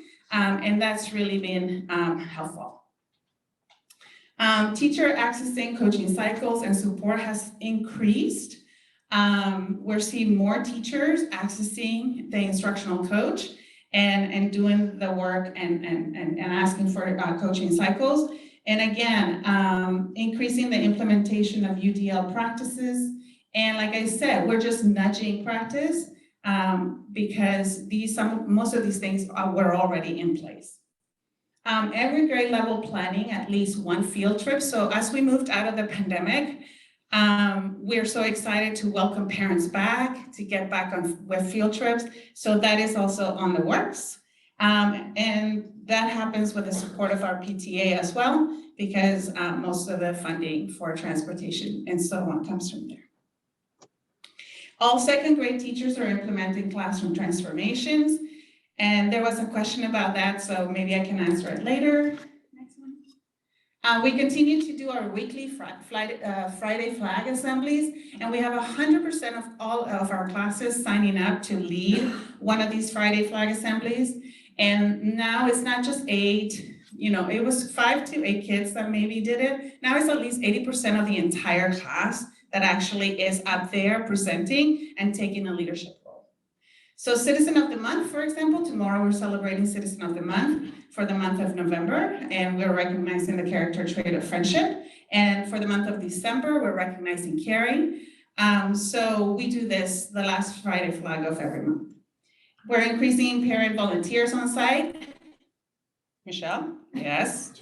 Yes. 7 people fingerprinted. Yes. So we're increasing parent volunteers on site. Parents are back on campus. We're excited about that. There's a lot of joy, a lot of smiles, a lot of great energy in the mornings and during pickups. And then PTA events, the Fall Festival, Diwali, and so much more happening. So there's a lot of celebration at Cherry Chase, but there has been a lot of good, great work happening to get us to this point. So we continue to focus on instructional goals. So our focus continues to be English learners. Like I said, Cherry Chase does have 106 English learners. So the main thing is to provide designated ELD time that is allocated and for students to receive that explicit designated ELD instruction within the day. And of course, we continue to work on integrated ELD strategies too. We're focusing on the implementation of instructional intervention practices in the classroom, and that's where we're really working hard to build capacity within our staff to do this work. And focusing on inclusive practices in the classroom as well. Over the years, we have seen an increase of special ed classrooms at Cherry Chase, and we see that there is a need for education for our students. We discussed this in PTA last night. There is a need to educate our families as well as our students about who our special students are. So not to be afraid of them, not to feel uncomfortable around them. And then now with inclusion, when they're starting to mainstream in their classes, we want to make sure that they're welcome and that they're included in the classroom community. So we have planned with our psychologist, we're going to do inclusion presentations for our parents in January. So we're really excited about that. And we're also building an inclusion type of presentation where the psychologist plus a couple of other support providers within the special ed department are going to visit classrooms and do a quick inclusion presentation for the kids. So with kid language, and how they can interact with special education students so they feel included in the classroom and in the playground as well. So, and within that, building those strong relationships that are so critical when working with students, with families, reaching out and continuing to have that dialogue and communication with our families. The implementation of UDL practices, we continue to build our instructional program, coaching program, and then again, the alignment of math. And we continue to grow. Cherry Chase continues the next, we're gonna show you some of the data that reflects our growth. Cherry Chase continues to show that most of our students are proficient in advanced. But when you look at this, these are the CAS spring results from last spring, of course. But I want you to focus on the overall and then the ELD. Our numbers are looking good. Of course, there's still 50% of the students, and on average about 20% of our students that still need additional support. And those are the students that we continue to focus on. And with UDL, we learned that we don't focus on the students on the average, we focus on both ends of the spectrum. So we focus on the students that need the support, but we also have to focus on the students that are achieving at grade level that need that additional challenge. So there's two sides that we're actually targeting because we also want to make sure that our high performers are being challenged, they're not bored, and that they are continuing to find joy in new learning. So as we move to the next slide, we're seeing that at the beginning of the data this year, when we look at the NWEA, which is a good predictor of our CASP results, we're already showing that our students are performing higher than they did last spring. So we're really happy that, last year we put a lot of emphasis on catching up students, providing supports, MTSS structures, and this year we're seeing a little bit of the results, and we hope that this is a reflection of the work that we're doing with our instructional practices and the focus on our MTSS Tier 1 interventions in the classroom. Next. This is our writing data. Our writing data is a little bit harder to see and to correlate over time because we offer an assessment once every trimester for writing. And it's only assessing the one writing genre one time a year. And each genre, they have this writing strands that we assess within. So for example, TK and Kinder, they only have 2 strands that we assess. As we get to 3rd through 5th, we have 4. So those numbers that you see correlate to each of those strands, writing strands. So it's really hard to see an overall writing score, especially when you only assess it once a year, and then you only, and this is also not a cold write, it's a guided sort of practice. So when you look at the data, we know that writing continues to be an area of focus for Cherry Chase. So I provided both slides, one for our English only students and also for our English learners. So just a clarifying question. So it's informational, opinion, and narrative? Yes. And just the TK Kinder just does narrative and informational, but everyone else gets all 3. Right? Yeah. And those are district ones, or are they like, they're district designed, or are they from the? They're district benchmarks for writing. Yes. They're district benchmarks for writing, but it's not a cold write. It's not like the student sits down and does it in the moment. It's something that the teachers have been working with the students through a period of time. So next one. So the other data that we have here is walkthrough data. Like I mentioned, Kristen and I, we visit classrooms. We're really excited to see what is going on. And these are some of the highlights that we're seeing. So we're seeing that flexible small group instruction for students who need that additional support within a lesson, which is not the same as guided reading small groups. And then we're also seeing designated ELD, but you can read some of the other things that are happening. But again, there is a strong focus on instructional practices as well.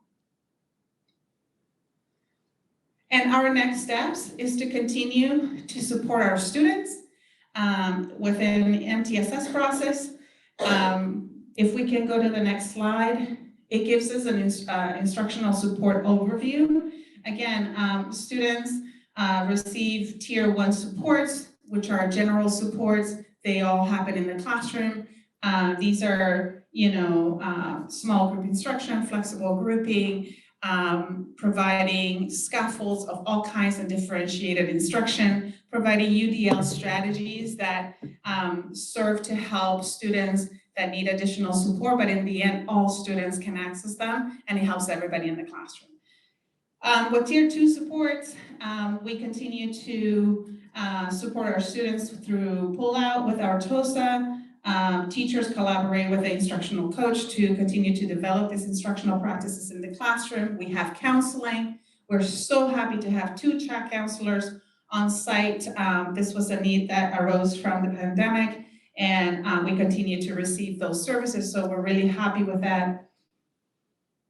Continuing to implement, even again, a true alignment with CMS and SMS is Charter Pride, positive reinforcement to, curb behavior and supports through PBIS, and then attendance. Attendance is another area that we have under the umbrella of MTSS. And tier 3, we have 3 students on tier 3 receiving tier 3 supports. And for example, we have some students that are now receiving push-in addition to pull-out from the TOSA. So whatever it is that the TOSA is working with them, one-on-one as a pull-out, that is actually having an impact in the classroom.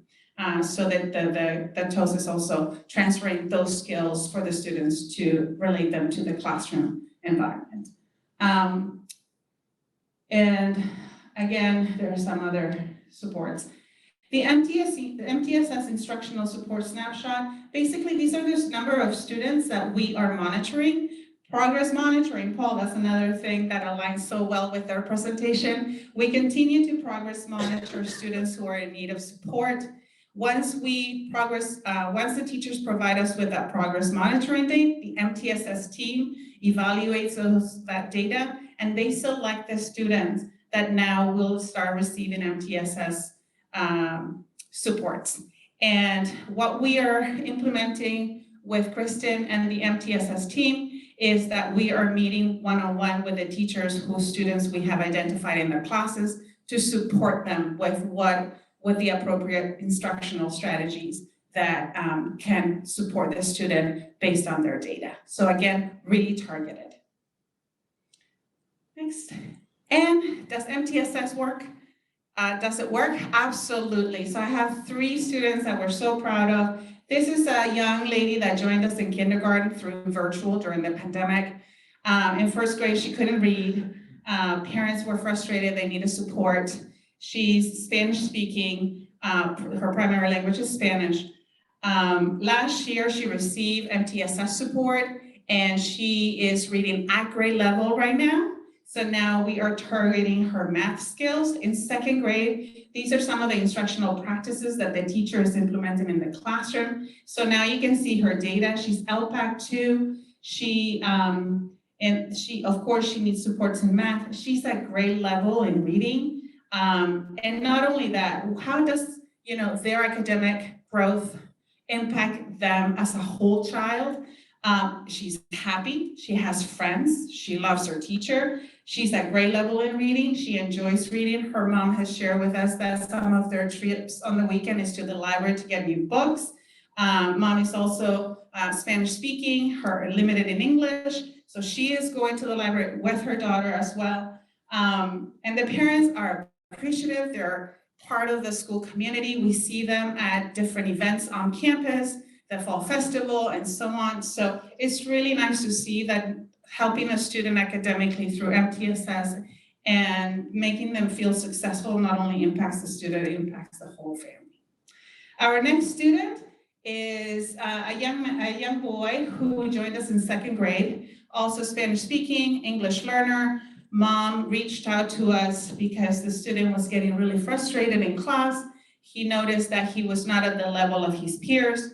He was shutting down. We realized that he was not reading at grade level. He has been through 6 rounds of reading intervention. He is now reading at grade level, scoring at grade level in the NWEA. And again, this year he's receiving additional supports. These are the supports that he continues to receive. Because he's been in the system, in MTSS for a while, we're making sure that he's receiving tier 2 supports, but that the teachers also implementing tier 1 implementations in the classroom. And again, he's happy, he's very confident. I have seen him in the classroom. He actively participates. He's an active member of the community in his classroom.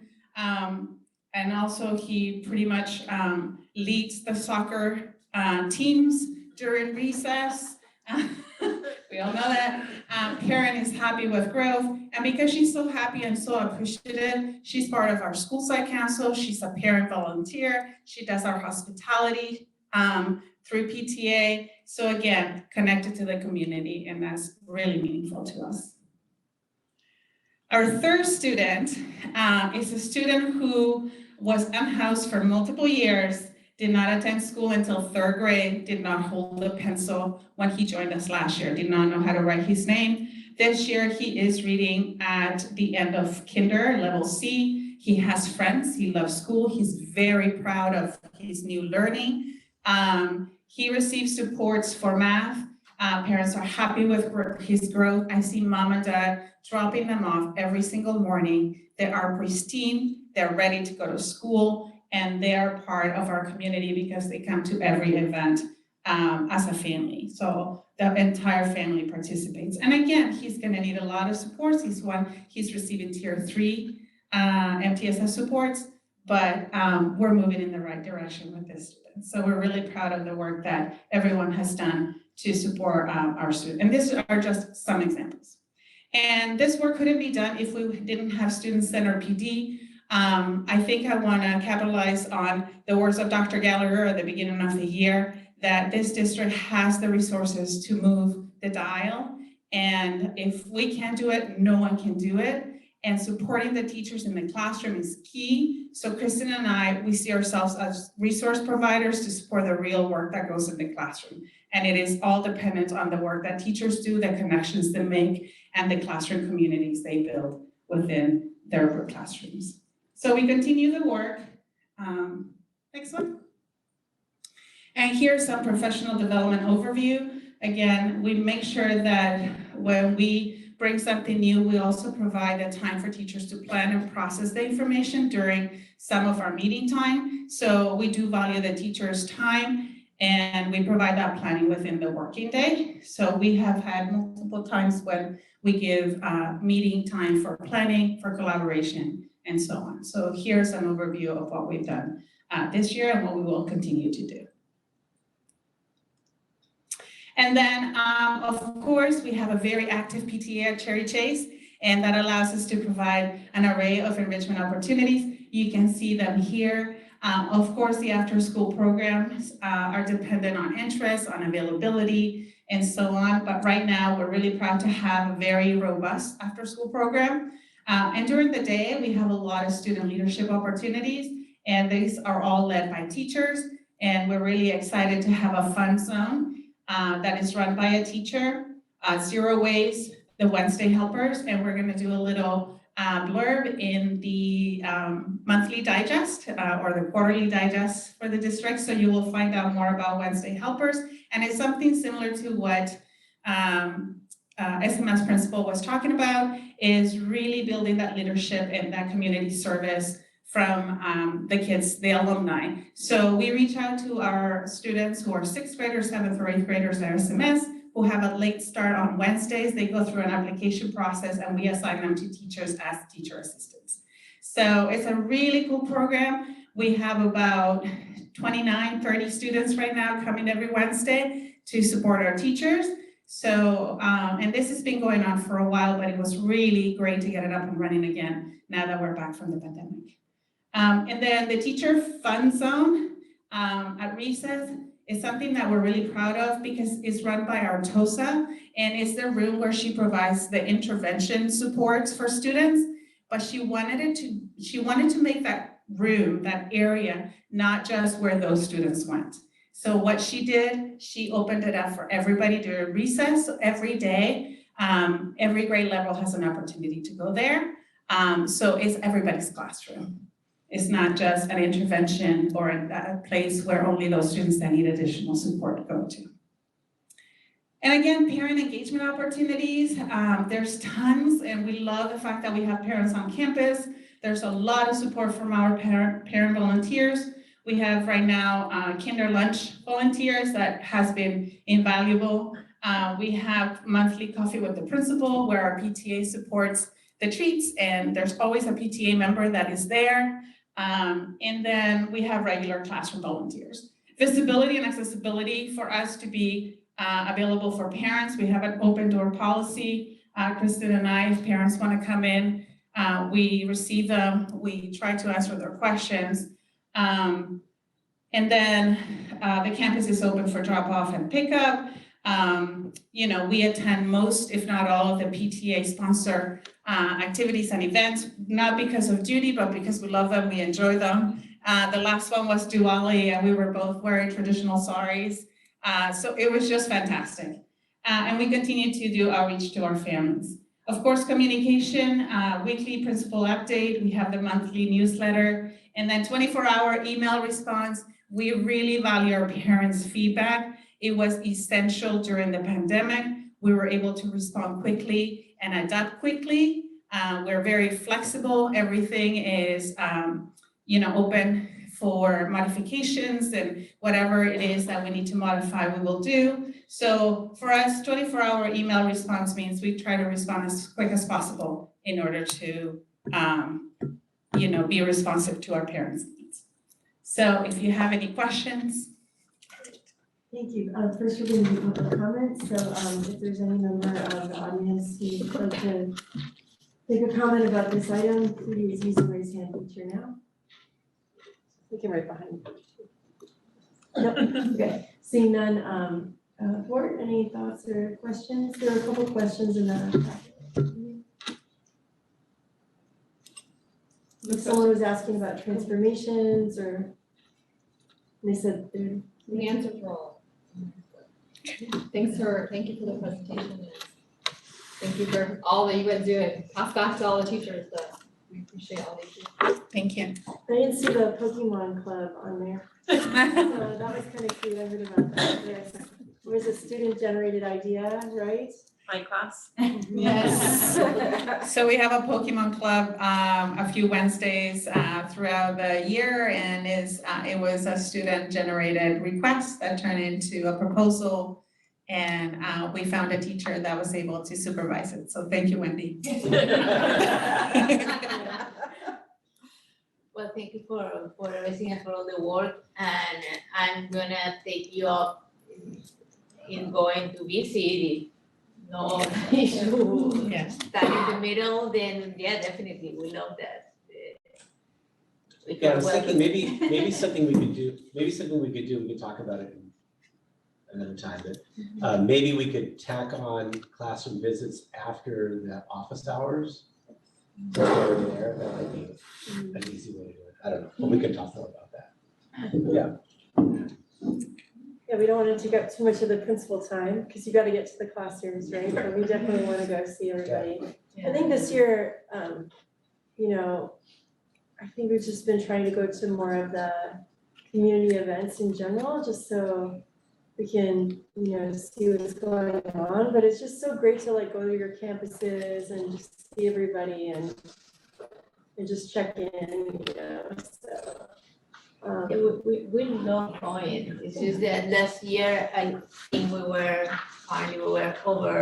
overdoing it and taking away too much time and bothering too much, so they told us to back off, but we love going. They need to work too, so let them work, please. Okay. Yeah. But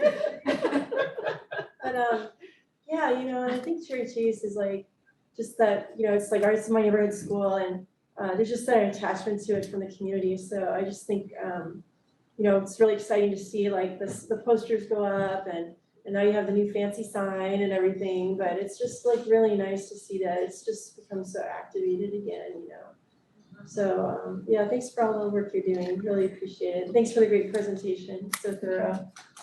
Yeah. Thank you, and we're really proud of the teachers too, because they've been hanging out with us doing the hard work. So, kudos to all of our staff members for sticking with us. Thank you. Thank you.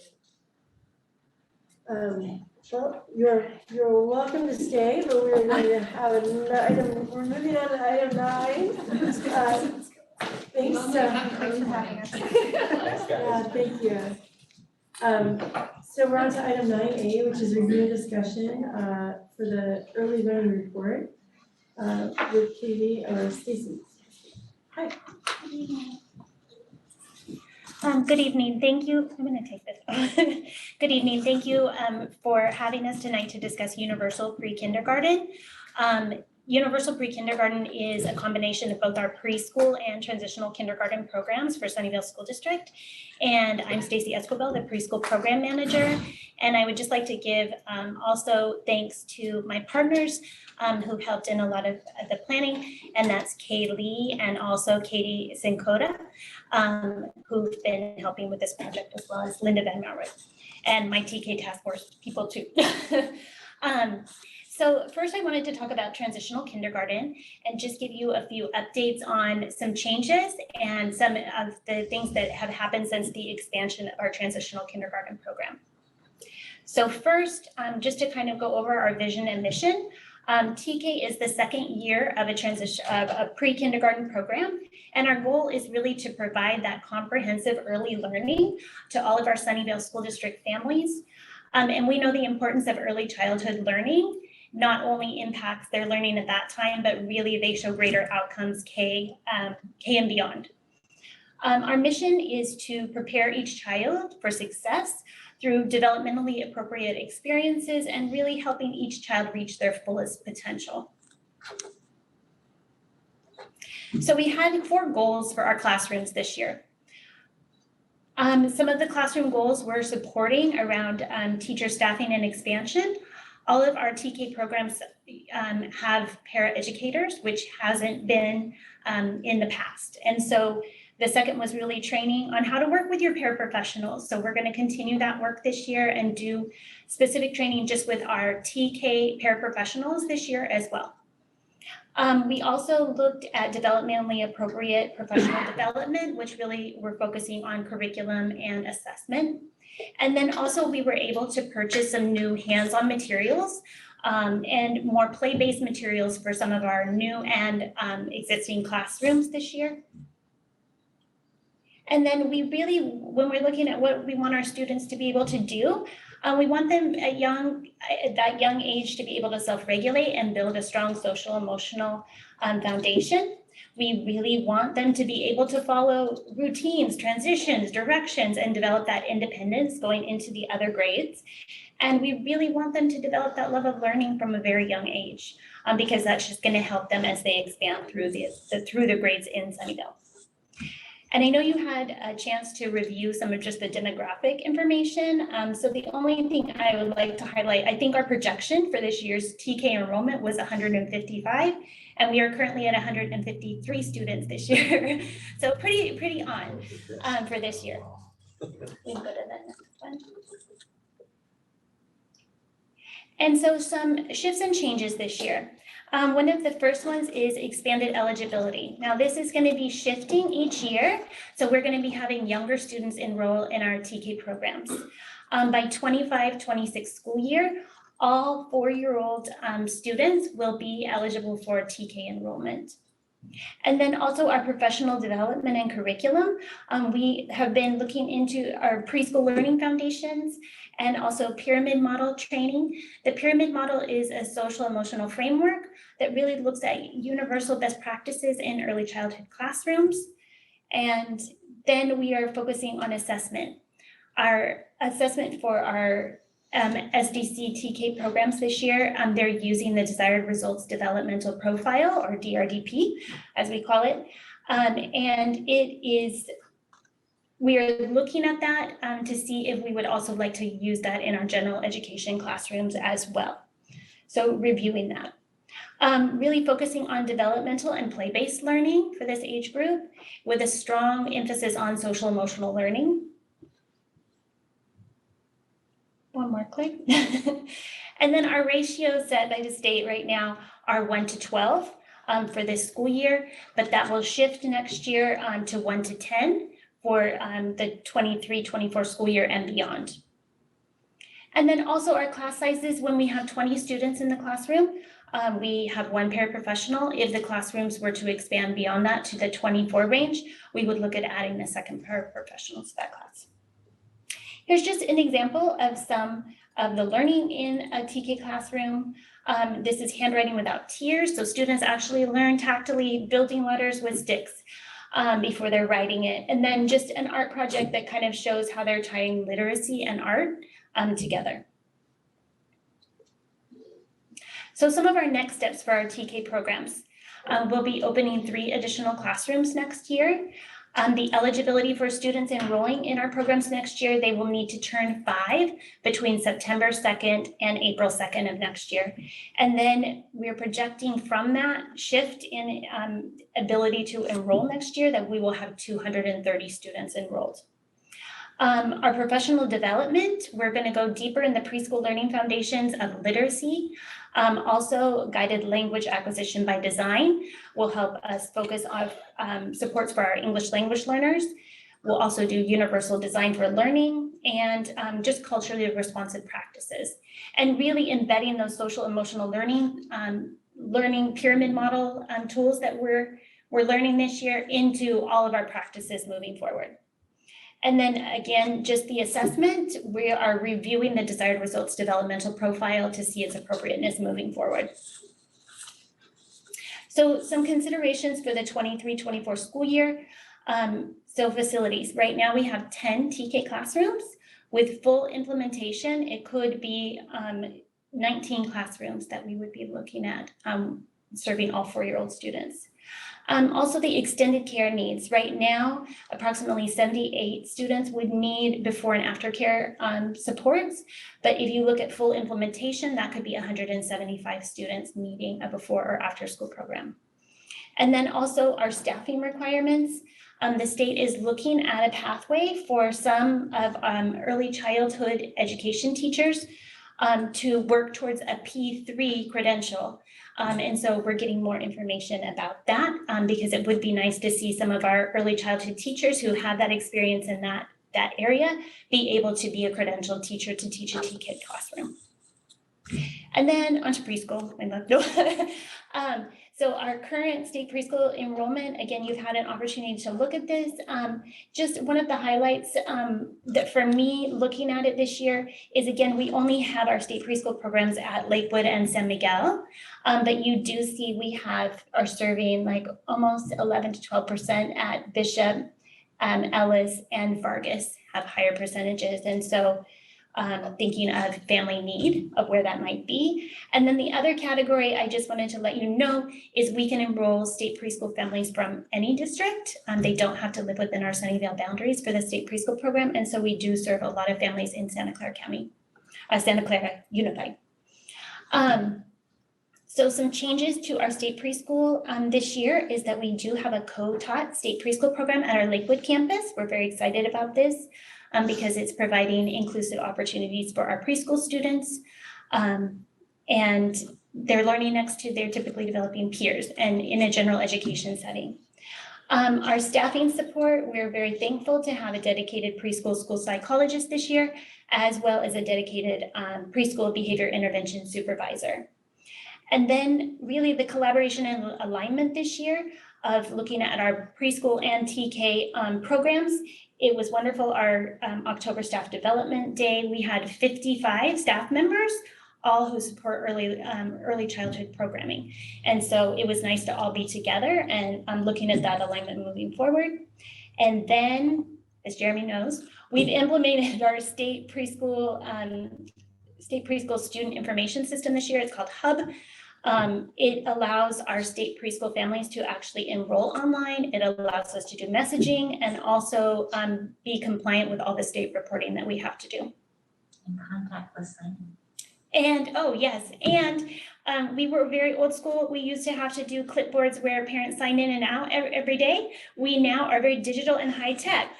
We have iPad sign in, or you can scan a QR code. So it really has helped us in that way as well. I forgot about that. Thank you.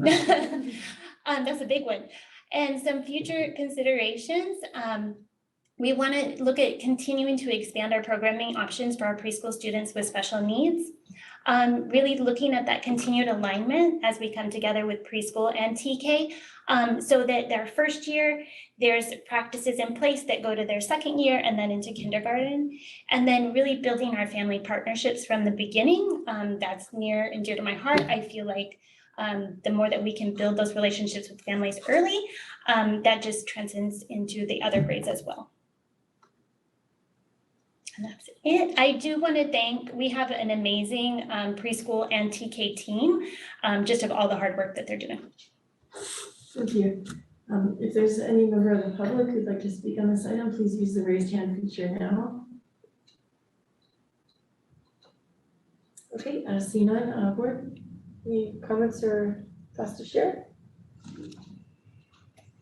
I had a question about like the location of the additional classrooms. Are those all decided, like where they're going next year, the next two? I don't know if it's been confirmed at this time. Go ahead. Yeah, go ahead. We all have a role in it, so that's why we're. Yeah. Like, who wants to take this one? Go ahead. Settle the exact numbers, but I know we're looking at 3 potentially at San Miguel. Right? Yeah, okay. Definitely Cumberland, re-putting in additional at Ellis, because they used to have multiple last year, but under construction, they went down to 1. And then we're entertaining the possibility for San Miguel, TK, and dare I say TK Juntos. And so we're really aggressively exploring. It may not happen next year, but that is definitely on our radar because we want to do it right. The numbers of the projections in here were based off of algebra that the TK committee did. And I'm happy to say that our demographers report just came in, and so we're starting to make meaning of that. So you'll see that report early January, and I'll have a little bit more refined. So I think we're getting it approximately right is one of my favorite things to say. So we're looking at 3 additional classrooms, TK next year. So again, 2 at Ellis, 1 at Cumberland, and maybe 1 at San Miguel. That's the expansion. So that's more classrooms than 3. That is correct. So, okay, so let me rephrase that. So are there any sites that don't have a TK now, or that will get one? Is that Cumberland? Fairwood does not have. Yeah, so by next year, Fairwood would be the only school that will not have a TK program. Yes, that is, well, that's, and then that's, there's a lot more facility impact and just taking a look. So they are, Brant and the TK task force are really now looking at that so we can prepare and try to see what it would take to get a TK program, and Fairwood would be no sooner than 24-25. One more thing for Brant to do. Okay. Yes, all that free time, yes, for sure. Okay, thanks, that was my only question. Well, I'm not seeing any questions from the board. So I have a, okay. I have a question. Go ahead, Nancy. Okay. I am wondering what, as I saw the numbers and the projection out to the 25-26 year of how many students would actually need before and after school wraparound supports.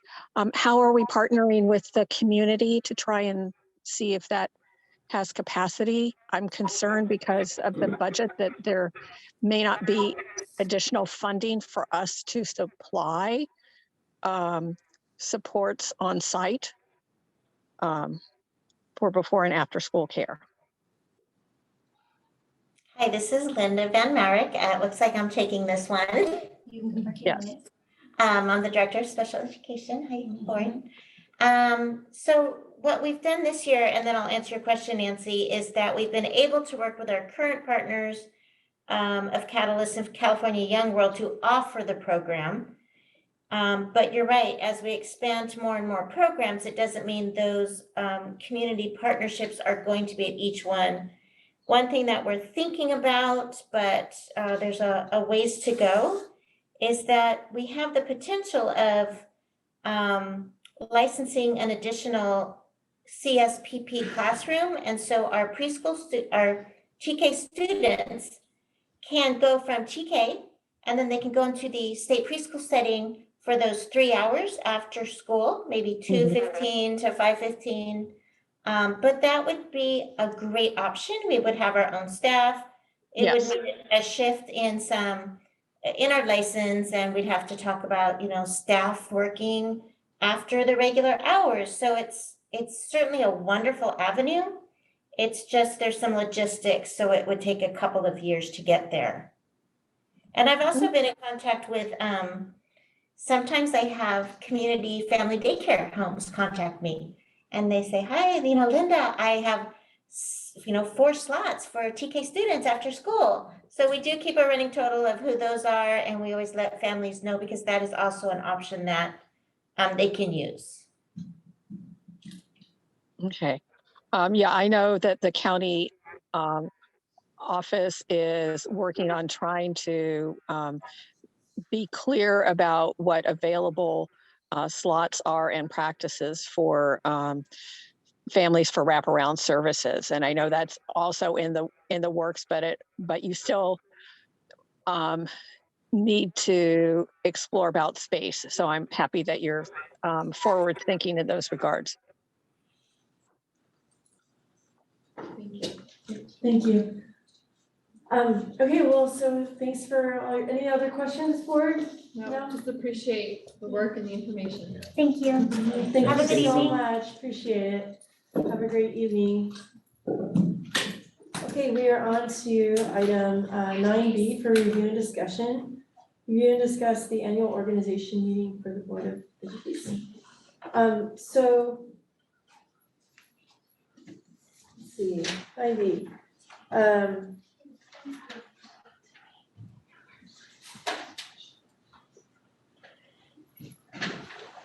So the Sunnyvale School District bylaws, BB 9100, require the governing board to hold an annual organizational meeting with the time limits prescribed by law, and that meeting will occur December 15th. So tonight, we are just going to discuss board officers and representatives, and according to our board bylaws, no member shall serve more than 2 consecutive years in the same office. I don't think we have anyone in that role right now. So since we're not going to have a presentation on this, I'll just open it up for public comments. So if there's any member of the public who'd like to raise their hand or would like to speak on this issue, please use the raise hand feature. Okay, seeing none. Okay, so there's a lot of notes here for the person who's not speaking. So first, we're going to go through the officers for officers and representatives. So we have the board president, board vice president, clerk, representative to SCCSBA, and the other committees. But before we begin, I just wanted to say that as board president this past year, I've really, in my experience, it's been a lot about rebuilding connections and rebuilding trust. I've between students and staff and families, I've attended a lot of in-person events, and there's been a lot of gratitude and a lot of joy, but also a lot of questions, and sometimes seeing a board member, there's some relief or maybe even some suspicion. So it's just been really, I feel like it's been really important to just be out there and to just participate in events in person. And so, and also I know that we're asking a lot of people, we're asking a lot of students, and we're asking a lot of teachers and families with all the academic recovery work. So what I just want to say is, I understand that we said last year, or the year before, that all things being equal, that we would just do a regular rotation. But I feel like this particular year that we just really need to have, the officers really need to be in person and out in the community. Like, I just feel like we have to have a board president who's going to be out there at the events and out there engaging with people. And so because of that, even though it, you know, I hope it's not gonna hurt any feelings because it is not personal at all, but I would just like to put forward just for the board president role, I think that I would like to nominate Isabel for the board president role, because she's been going to all the events, she's on every single committee we have, and plus she speaks Spanish, so if we're really trying to like focus on making our Spanish speaking community really comfortable, I think she could start the board meeting in Spanish if she wanted to, you know? So I just think that, you know, again, I know it's a little awkward because we had talked about just doing a straight rotation, but just looking at the work that's out there in the community that I've been seeing and how interested they are in like making contact with us, and, you know, the teachers saying like, please come and see us. Like, I just really think that I would just like to nominate Isabel for that role.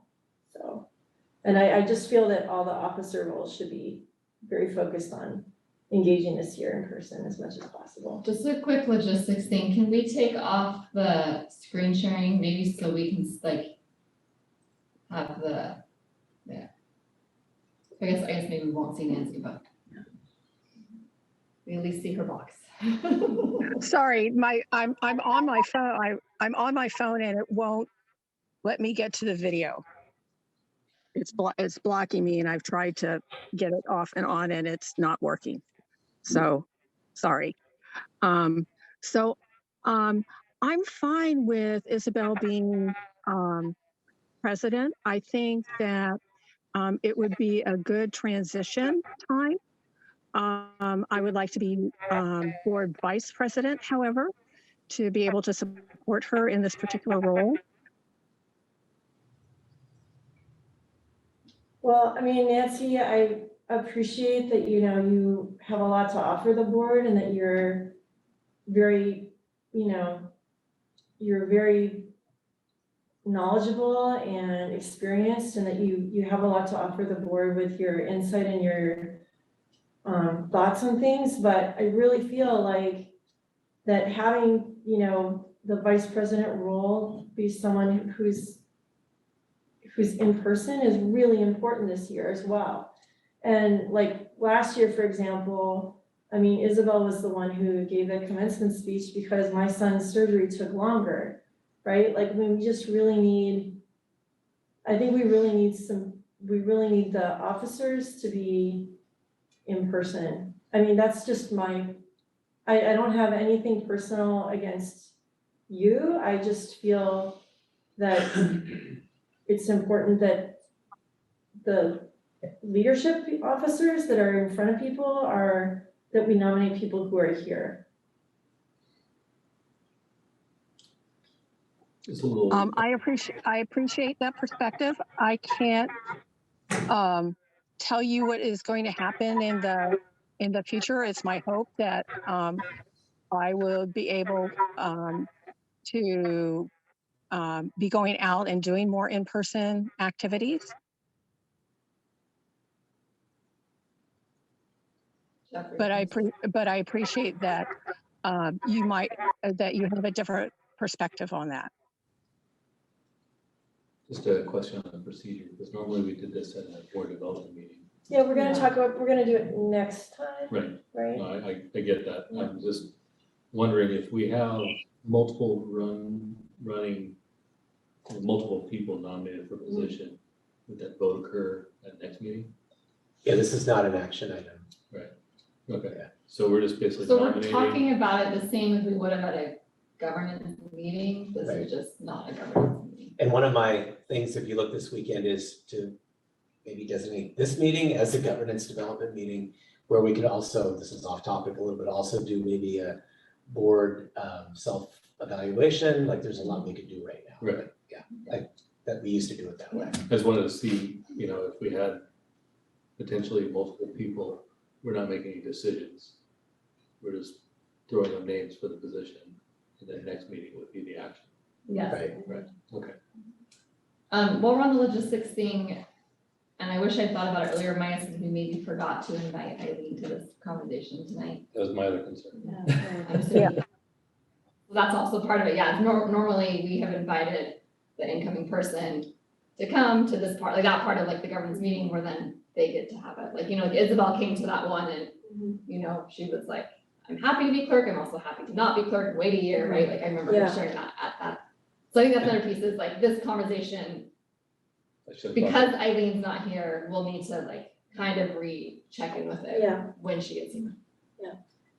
Yeah, but she has been very active too. She has been going, well, she comes from the Sunnyvale Education Foundation, which is a very active role, but she has been present in most of the events. She has been going to meetings in the community and Which is one I'm of the sure reasons that why- whatever I mean, she's gonna be there, whatever Well, we offer. also, we can volunteer her. Yeah. Okay. This is what we chose for you, Eileen. Yeah, but I mean, I see that it is, I don't know, it is a commitment because we were asking since the beginning, like we're asking a lot. We are behind in many things and we're asking them, we're pushing them to move forward. We're giving a lot of pressure to everybody in the community, in the educational community, to bring the kids in front. We want to, I mean, and we're telling everybody that you cannot teach online, you need to be there. We are making all our staff being there. We're making all our teachers, all our kids to be there. We want assistance, we want attendance.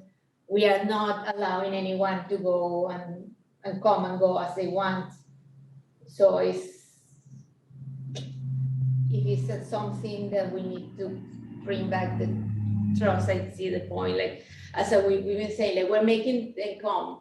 Why cannot we offer the same and at least for the most active roles? And I know that we need to adjust, but I think it's kind of important to show up to things, to meet the persons, to go and to go to the classrooms, to go to the open houses. Yeah, because I mean, any and every board member can go to anything, right? Like, I mean, we all have, it's just like more work to prepare for meetings and things. And we all have equal votes.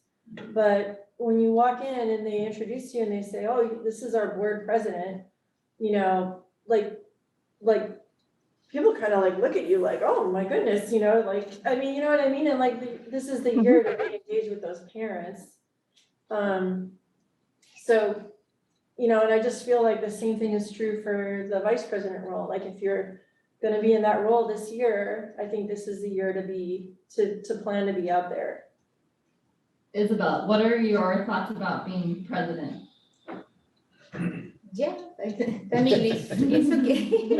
And I'm gonna do And she's not, I mean, you didn't really think about it. Yeah, but I mean, after 2 years and, you know, all the training and all the meetings and all the conference and all the things, I mean, I feel comfortable, and you guys have, I mean, you and Bria have been, you know, very helpful too, and I've seen you do it, that's the two people that have been here for the last 2 years that I've been going.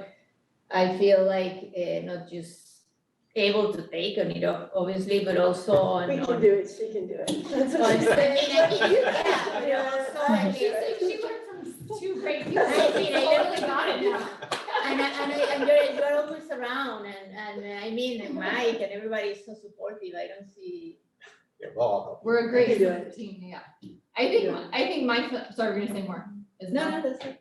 I think my feelings are very similar to Bridget's. I just wanted to make sure like Isabel liked that idea before we kept going forward with it. But I think that piece of being in person, right, I think is for sure super important, like I think essential for the president role. I think I hadn't really thought about the vice president role as much. But then when you said that, Bridget, I was like, that is kind of a good point. And I get right, like nothing against you, Nancy. Like I think in some ways it'd be fantastic to have you be vice president to Isabel, for her to kind of learn more from you, like the things that you have to offer, because we Bridget and I have been able to connect with her more. So in some ways, I love that idea. But I think like having someone in person with her, I think would actually be more beneficial.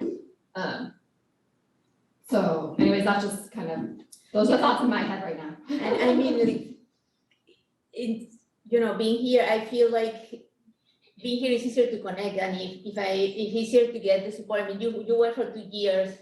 This is your 4th year. You went president for 2 years.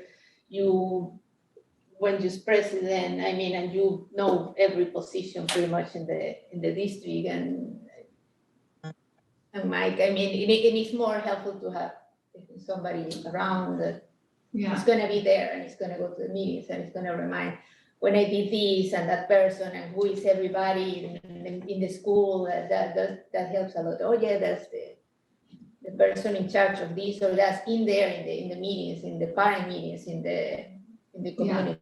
Yeah, I think this would maybe be my suggestion. If would be we do right, and again, this is just right. Again, you get Eileen's opinion, right? You know, as well.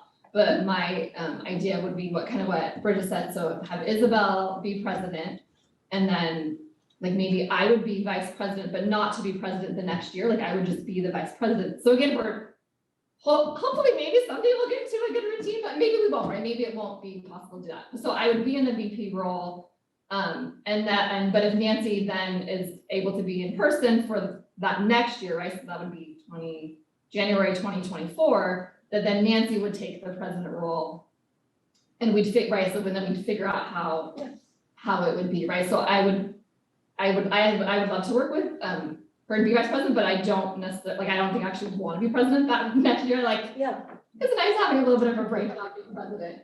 So I'd be happy to do that vice president and then step aside for someone else to be president that year after. Okay.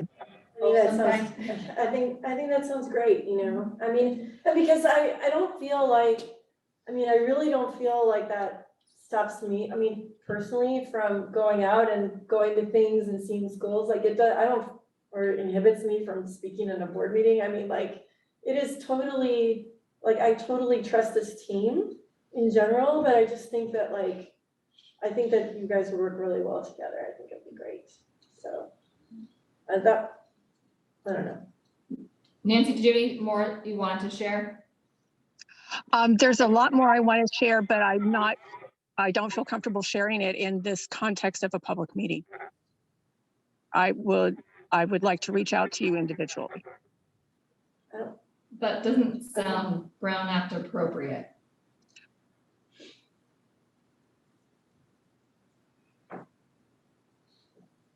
So Nancy, so what do you want to do? You want to talk to Mike about it? Yeah, Nancy, you and I can talk and we can talk about it after that. Yes.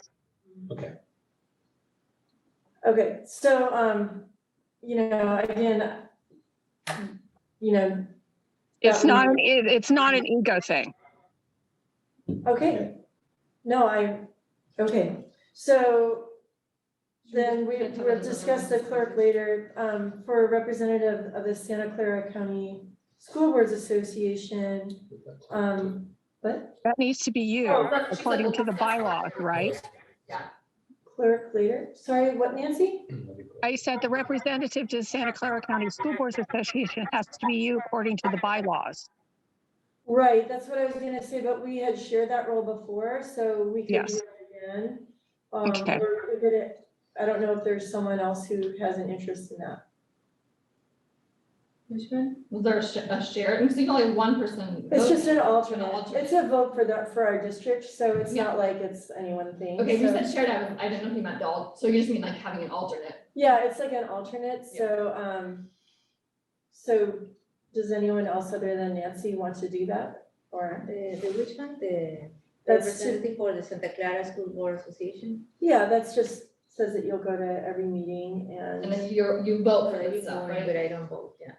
Yeah, but right now there's only, each school district, when you send someone, that school district can only have one vote. And right now, because I'm the president, it's in this thing's bylaws where it kind of has to be me for this year. But, you know, that isn't necessarily true for next year. So, but it would, I'm happy to share that role if, I mean, and Nancy's been serving on that for a number of years, in that role. So if that's okay, I would just sort of say that we could continue that, if that's okay. Everyone can come to the meeting. It's just essentially the voting piece. Which is already doing. Okay. So then. Jeff can't do the other one for us anymore, the one that's super hard. It took so much of your time, Jeff. There've been more meetings, so. Have you been doing stuff with it recently? Attended some web meetings.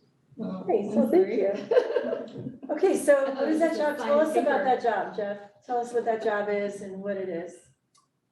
That job is any kind of issues that come up with school district boundary reorganizations. They talk about it. I think maybe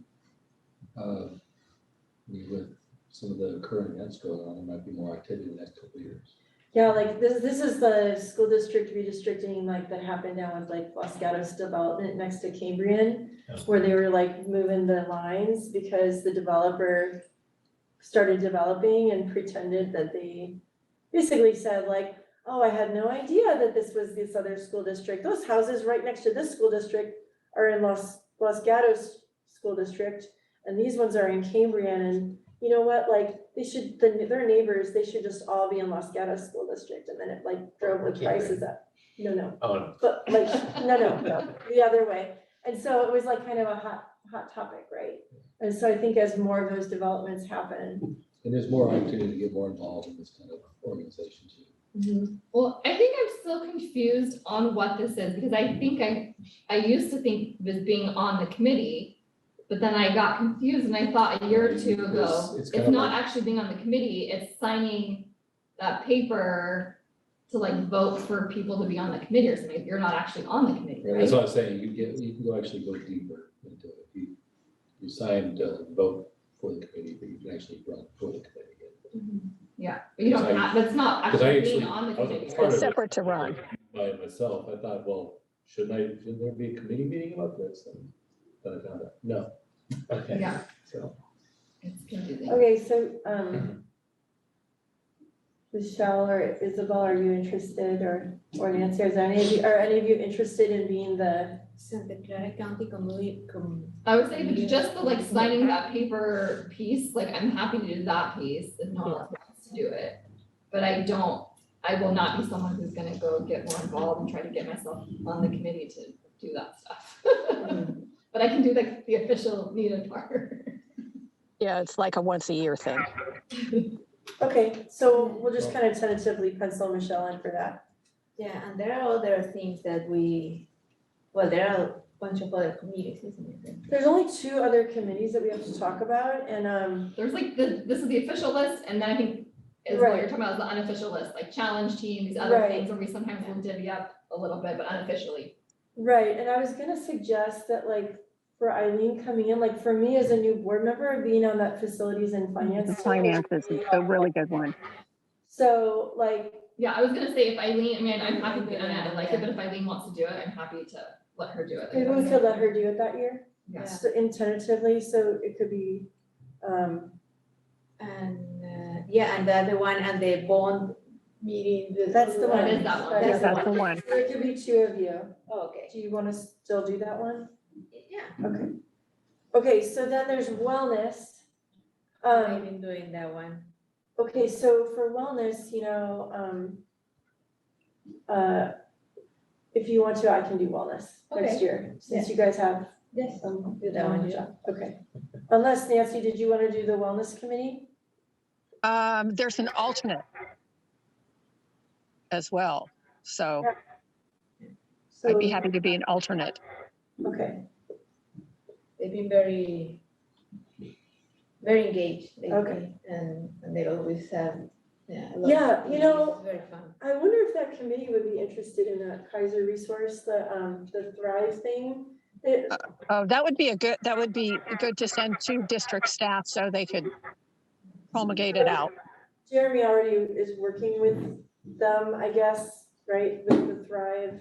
Yeah, I've just received the information, taking a look and see how we could fit it, and definitely could tie that in. And they were saying at the Santa Clara School Board Association meeting that they actually have something for like maybe at the board level, like where if we wanted to do like a wellness like a 10-year strategic plan, like really look at wellness and mental health for our staff and our students, like they have a kind of a 10,000 foot view for us if we wanted to take a look.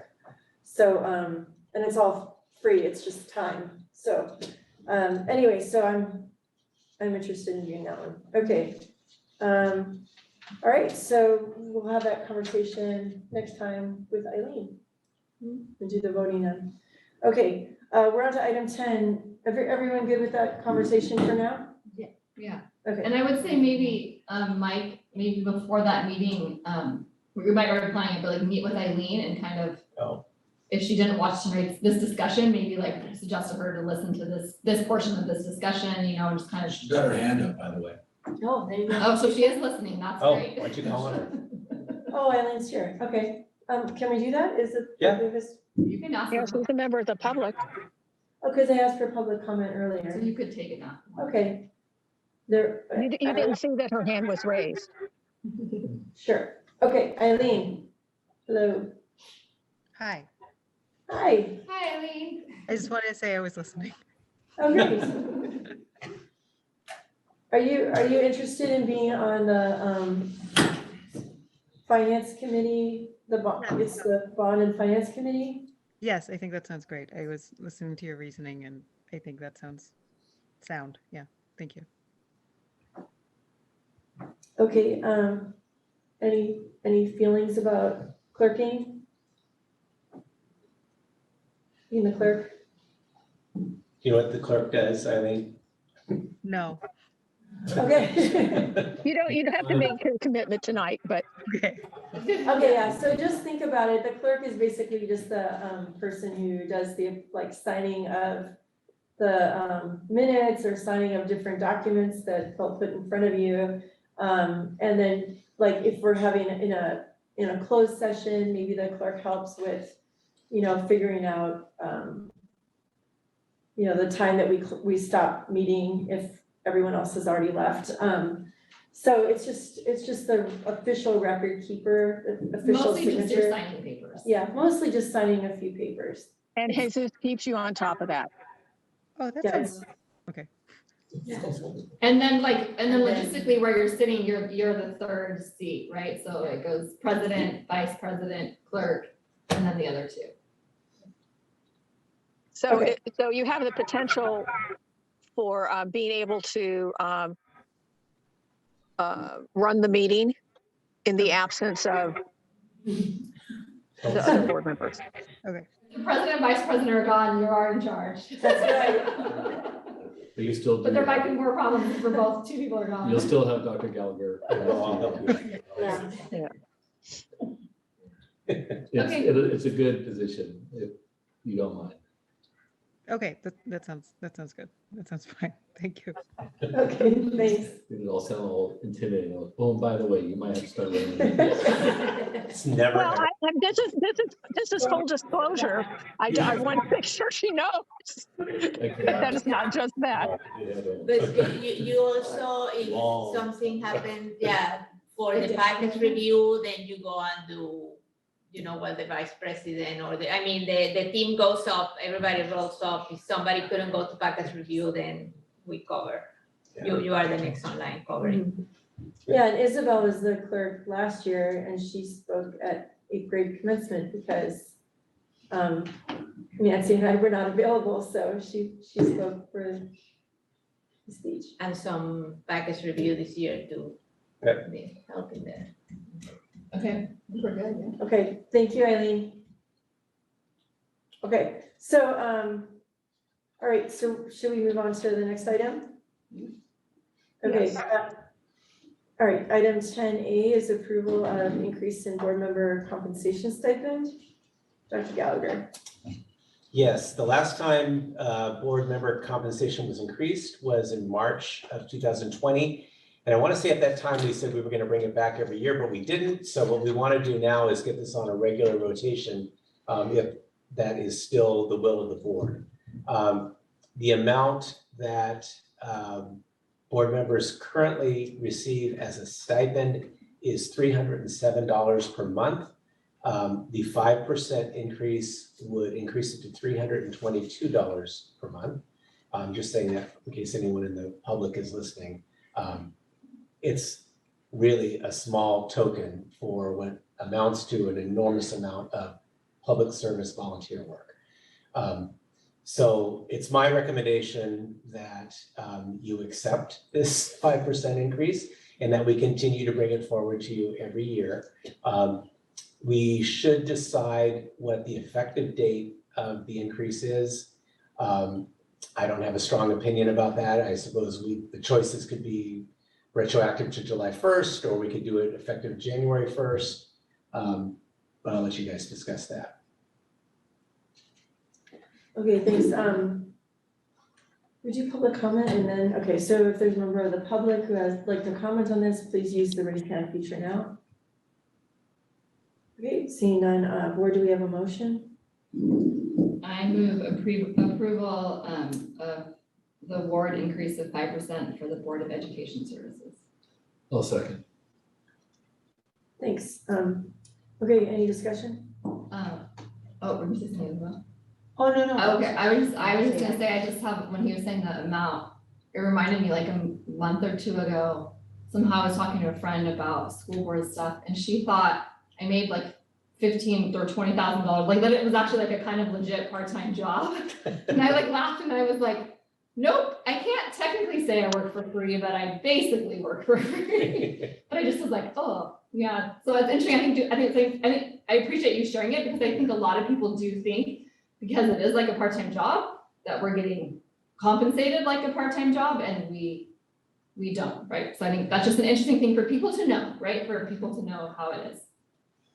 And I think making it an annual thing is great. I think my only caveat, I think as long as we are giving raises to staff, but I think any year, if there's a year where we're not giving raises to staff, hopefully that doesn't happen. But if we come to that point again, then I think, we don't give, even though it's small, we don't give ourselves a raise if staff's not getting a raise. I think anytime staff's getting a raise, this few dollar raise, I think should just be there automatically. So, so does the, correct me if I'm wrong, Mike, but I think you can have it 6 months retroactive. Is that why you suggested the beginning of the fiscal year? That sounds right. I don't know the 6-month part for sure, but I think that sounds correct. When did we file that form? Because we're just like over the threshold. We just make just enough to like have to declare it. Is it Form 700 or whatever that form is? I don't think there's a form we have to do because of the amount of money. We have to do that form because we're board members. No, Yeah. no, but it's a form that we fill out where we get a certain amount, like if it's like over $250 or something, we have to file something every year. Did you guys file that? It's like, No, you took we have to file it with the, I forget what form it is. it's like orders, I don't know. Well, I think it's the form if you get that. gifts. So I don't know if it's in July or, like, it's like June and it's twice a year. So, yeah, so the period goes through the end of June, and then the next reporting cycle starts the 1st of July. Mhm. And I would say with the I would say retroactive it to July 1 of this year. Yeah. Well, I was kind of wondering, why don't you make it, first I'd like to make sure that we're not making it hard for anybody, like any departments, like. Right. But board term starts, is it January or is it December? December. December. I think it would be logical to start it then, Mhm. Okay. personally. Next month. Yeah, like if you were to decide to do it effective July 1st, and then we were gonna do this annually, then I would say, let's vote on it every year in May, June, right? Because it's not ideal to do things retroactively. Yeah. It just seems kind of. Yeah. So I think if we decided to have it effective at the beginning of a new term, then it would make sense to continue to bring this forward sometime around November. Okay. Yeah. Is That there makes a sense. timing, this may be a question for Lori, is there a timing that is better, more convenient?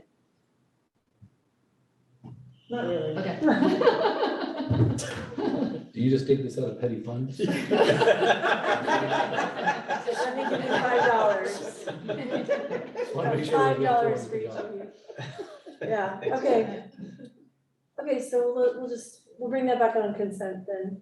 So we'll This get- is review and Oh, action. We made a motion to approve Yeah. it. Oh, okay, okay, great. So let's take a vote. So we need to amend the motion. I want to make sure that it's clear in the motion, the effective date, because you didn't say an effective date. So you want to say effective, Yeah, I said July 1, Jeff said December, whatever. so this is your motion. My motion is July 1 if that doesn't make things too complicated. Okay. Lori, I'm looking at you. No, but it can't happen for a couple months. So you're saying retroactive? Yeah. Okay, but I think that I say we got no raise during COVID. I'm very happy to have it start in I July. think the first 10 years of being on the board, I didn't get off any raise. Yeah, well, so. That was You pretty, guys wanna that was do pretty December. novel by actually introducing the fact that we should get a raise after, I think, how much did we get paid for the longest time, Nancy? Was it like Oh, 180? we went 18 years without a raise. Yeah. Okay. Okay, so if you're saying that, then it's the idea, then we would review the board. So that was my little history lesson. It's- So that's fine. it's- July 1st is fine. No. I'm just- Okay. Okay, so if we say July 1st, then we would move this discussion in the future to June, May, May. yeah. Okay. Okay, does that work for everyone? Yeah. More discussion? Get all that. Okay, so, all those in favor, please say aye. Aye. Chair votes aye, motion's passed.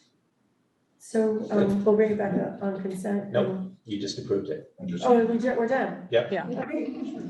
Okay, super. So, 10B is approval of the 23-24 calendar year.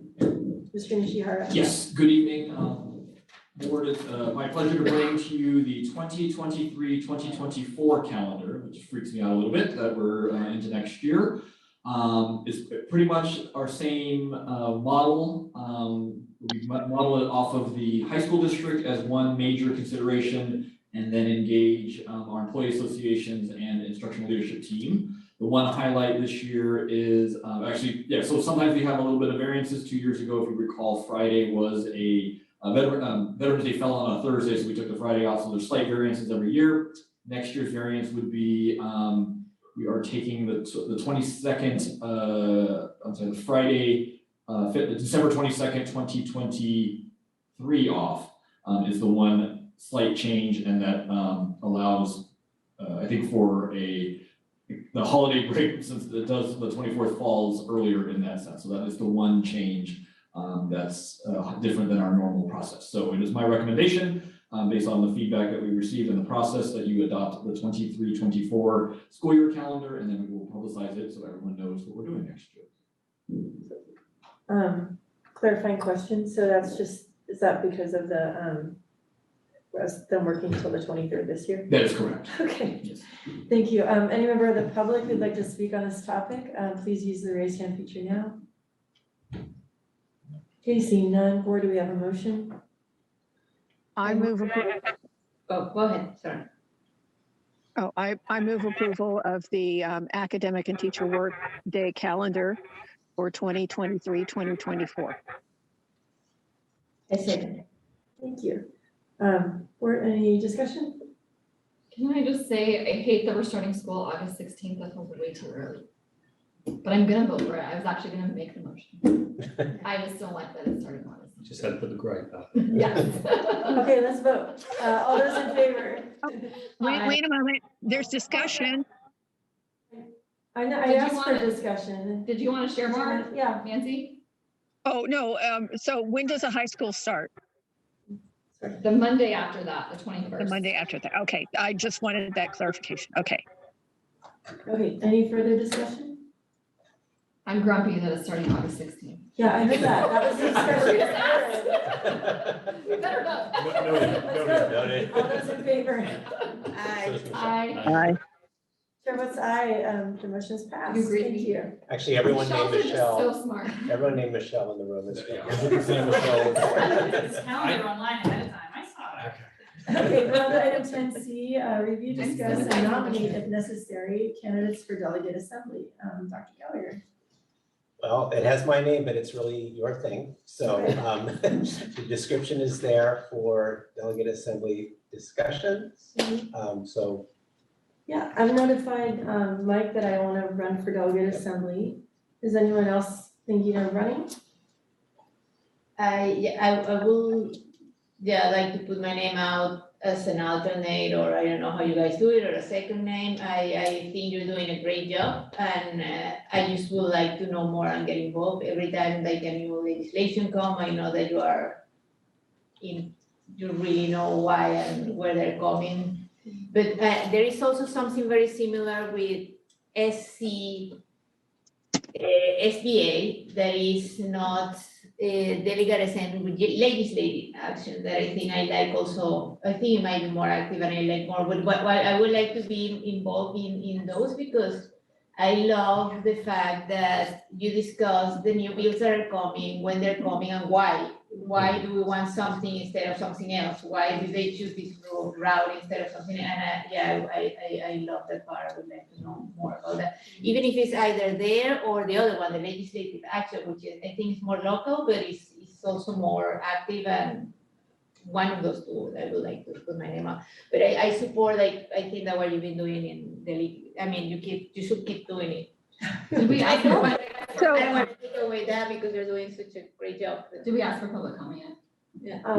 Well, I was trying to, so I was just wondering like if. You can take it later if you want to. I didn't ask for public comment. I just asked if anyone else is running, so like, or is thinking about it. So Isabel's thinking about it. Michelle, were you thinking about delegate assembly at all? No, if you guys are interested, that's like me. Okay. Is it really, have you really done it for 2 years already? I know, it's just, the first meeting was online. Like when you said that, I was like, hey, you've done it for 2 years. But maybe because you've only done it in person for 1 year, so I'm only thinking it's been 1 year. I know. Nancy? So did they change the bylaws where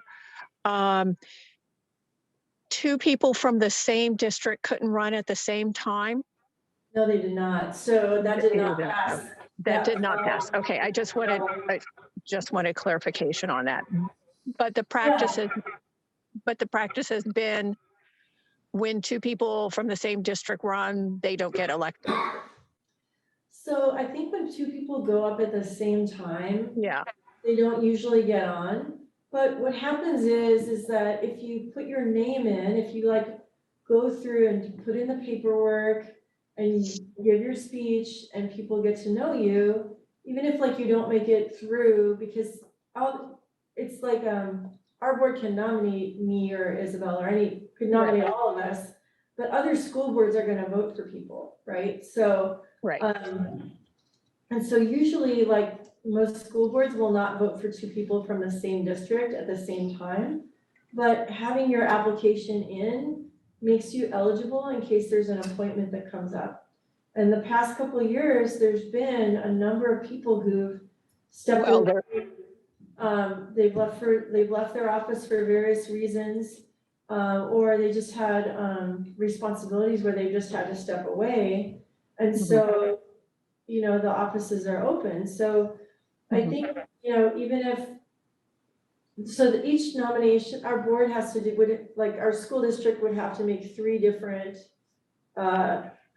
nominations. We can't our board can't say, I nominate all 3 of you. It'd have to be like, there's this thing that says, Jesus would have to put in 3 pieces of paper, but then each of us would have to do our own, it doesn't actually work unless we do our own packet of materials and speak and all that stuff. So, so that's what, but I'm definitely gonna put in my paperwork.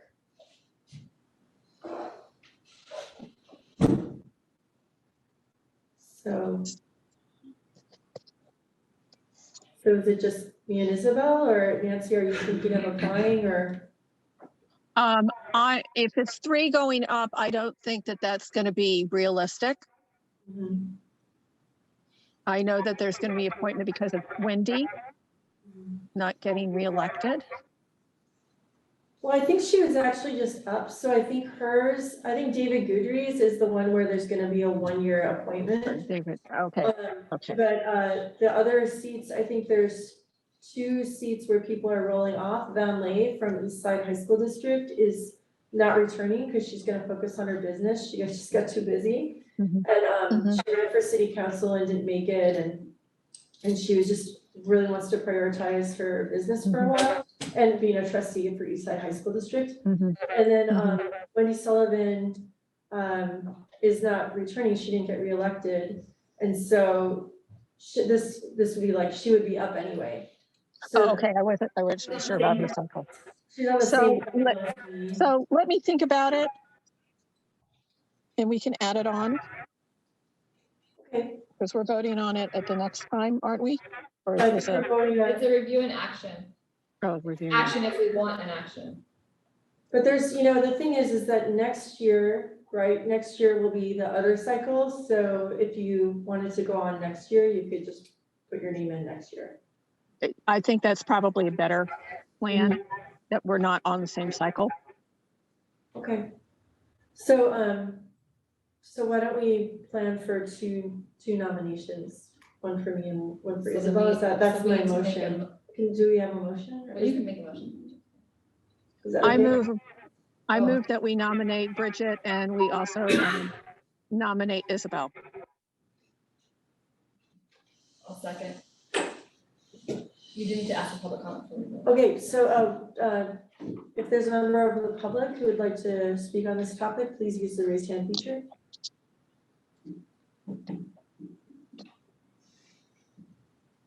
No, seeing none. Okay. Any further discussion? Okay, all those in favor? Aye. Aye. Aye. And the chair votes aye, and just like, I'm not sure if we can pass them both at I think the nominations, it's okay if it's like that. I in the think we've minutes, done it right? before too, like I Yeah. think last time we did you. Okay. We've done it before. Okay, next item, item 11, consent agenda, is that right? Yep. Any item on the consent agenda is subject to review and discussion prior to being approved by the board. If necessary, any items may be removed for a separate action. The public may address the board regarding any items on the consent agenda. If there's any member of the public who wishes to speak on this item, please use the raise hand feature now. Oh, see none. Board, we need a motion. I move approval of the consent agenda as listed. I'll second that. Okay, any questions, comments? Okay, seeing none, let's vote. All those in favor? Aye. Aye.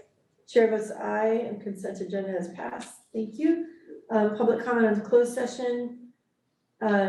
If there's any member of the public who would like to speak on closed session, please use the raise hand feature now.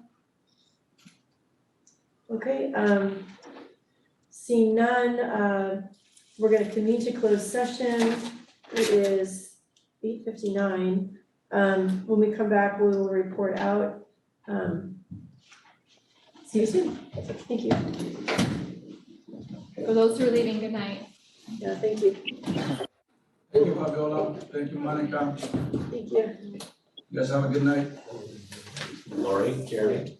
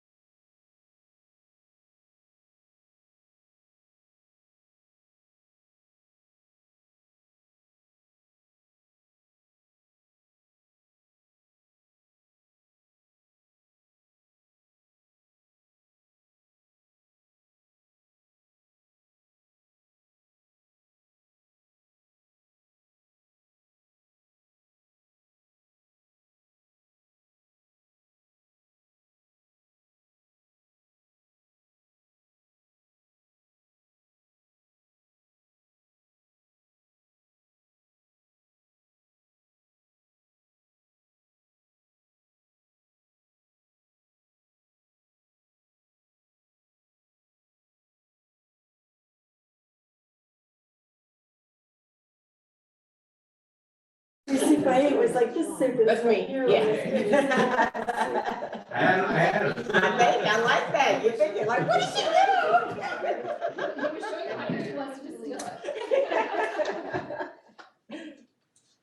I do not like that camera angle I just hit, with the camera just hit my stomach all, oh, jeez. Oh, you went right in the front of it? Yeah, all I saw was just, Oh. whole lot of purple. Oh. It is just the camera angle. Okay, This is about some colors. okay, it is 9:43 and we are back from closed session.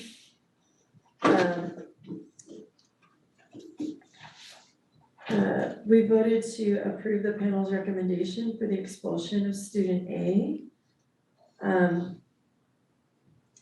And that's it. So our next item is item 15, future meetings adjournment. Our next meeting will be Thursday, December 15th at 6:00 PM at the district office. This meeting is adjourned at 9:44 PM. Thank you. Oh my gosh, and the AEC is like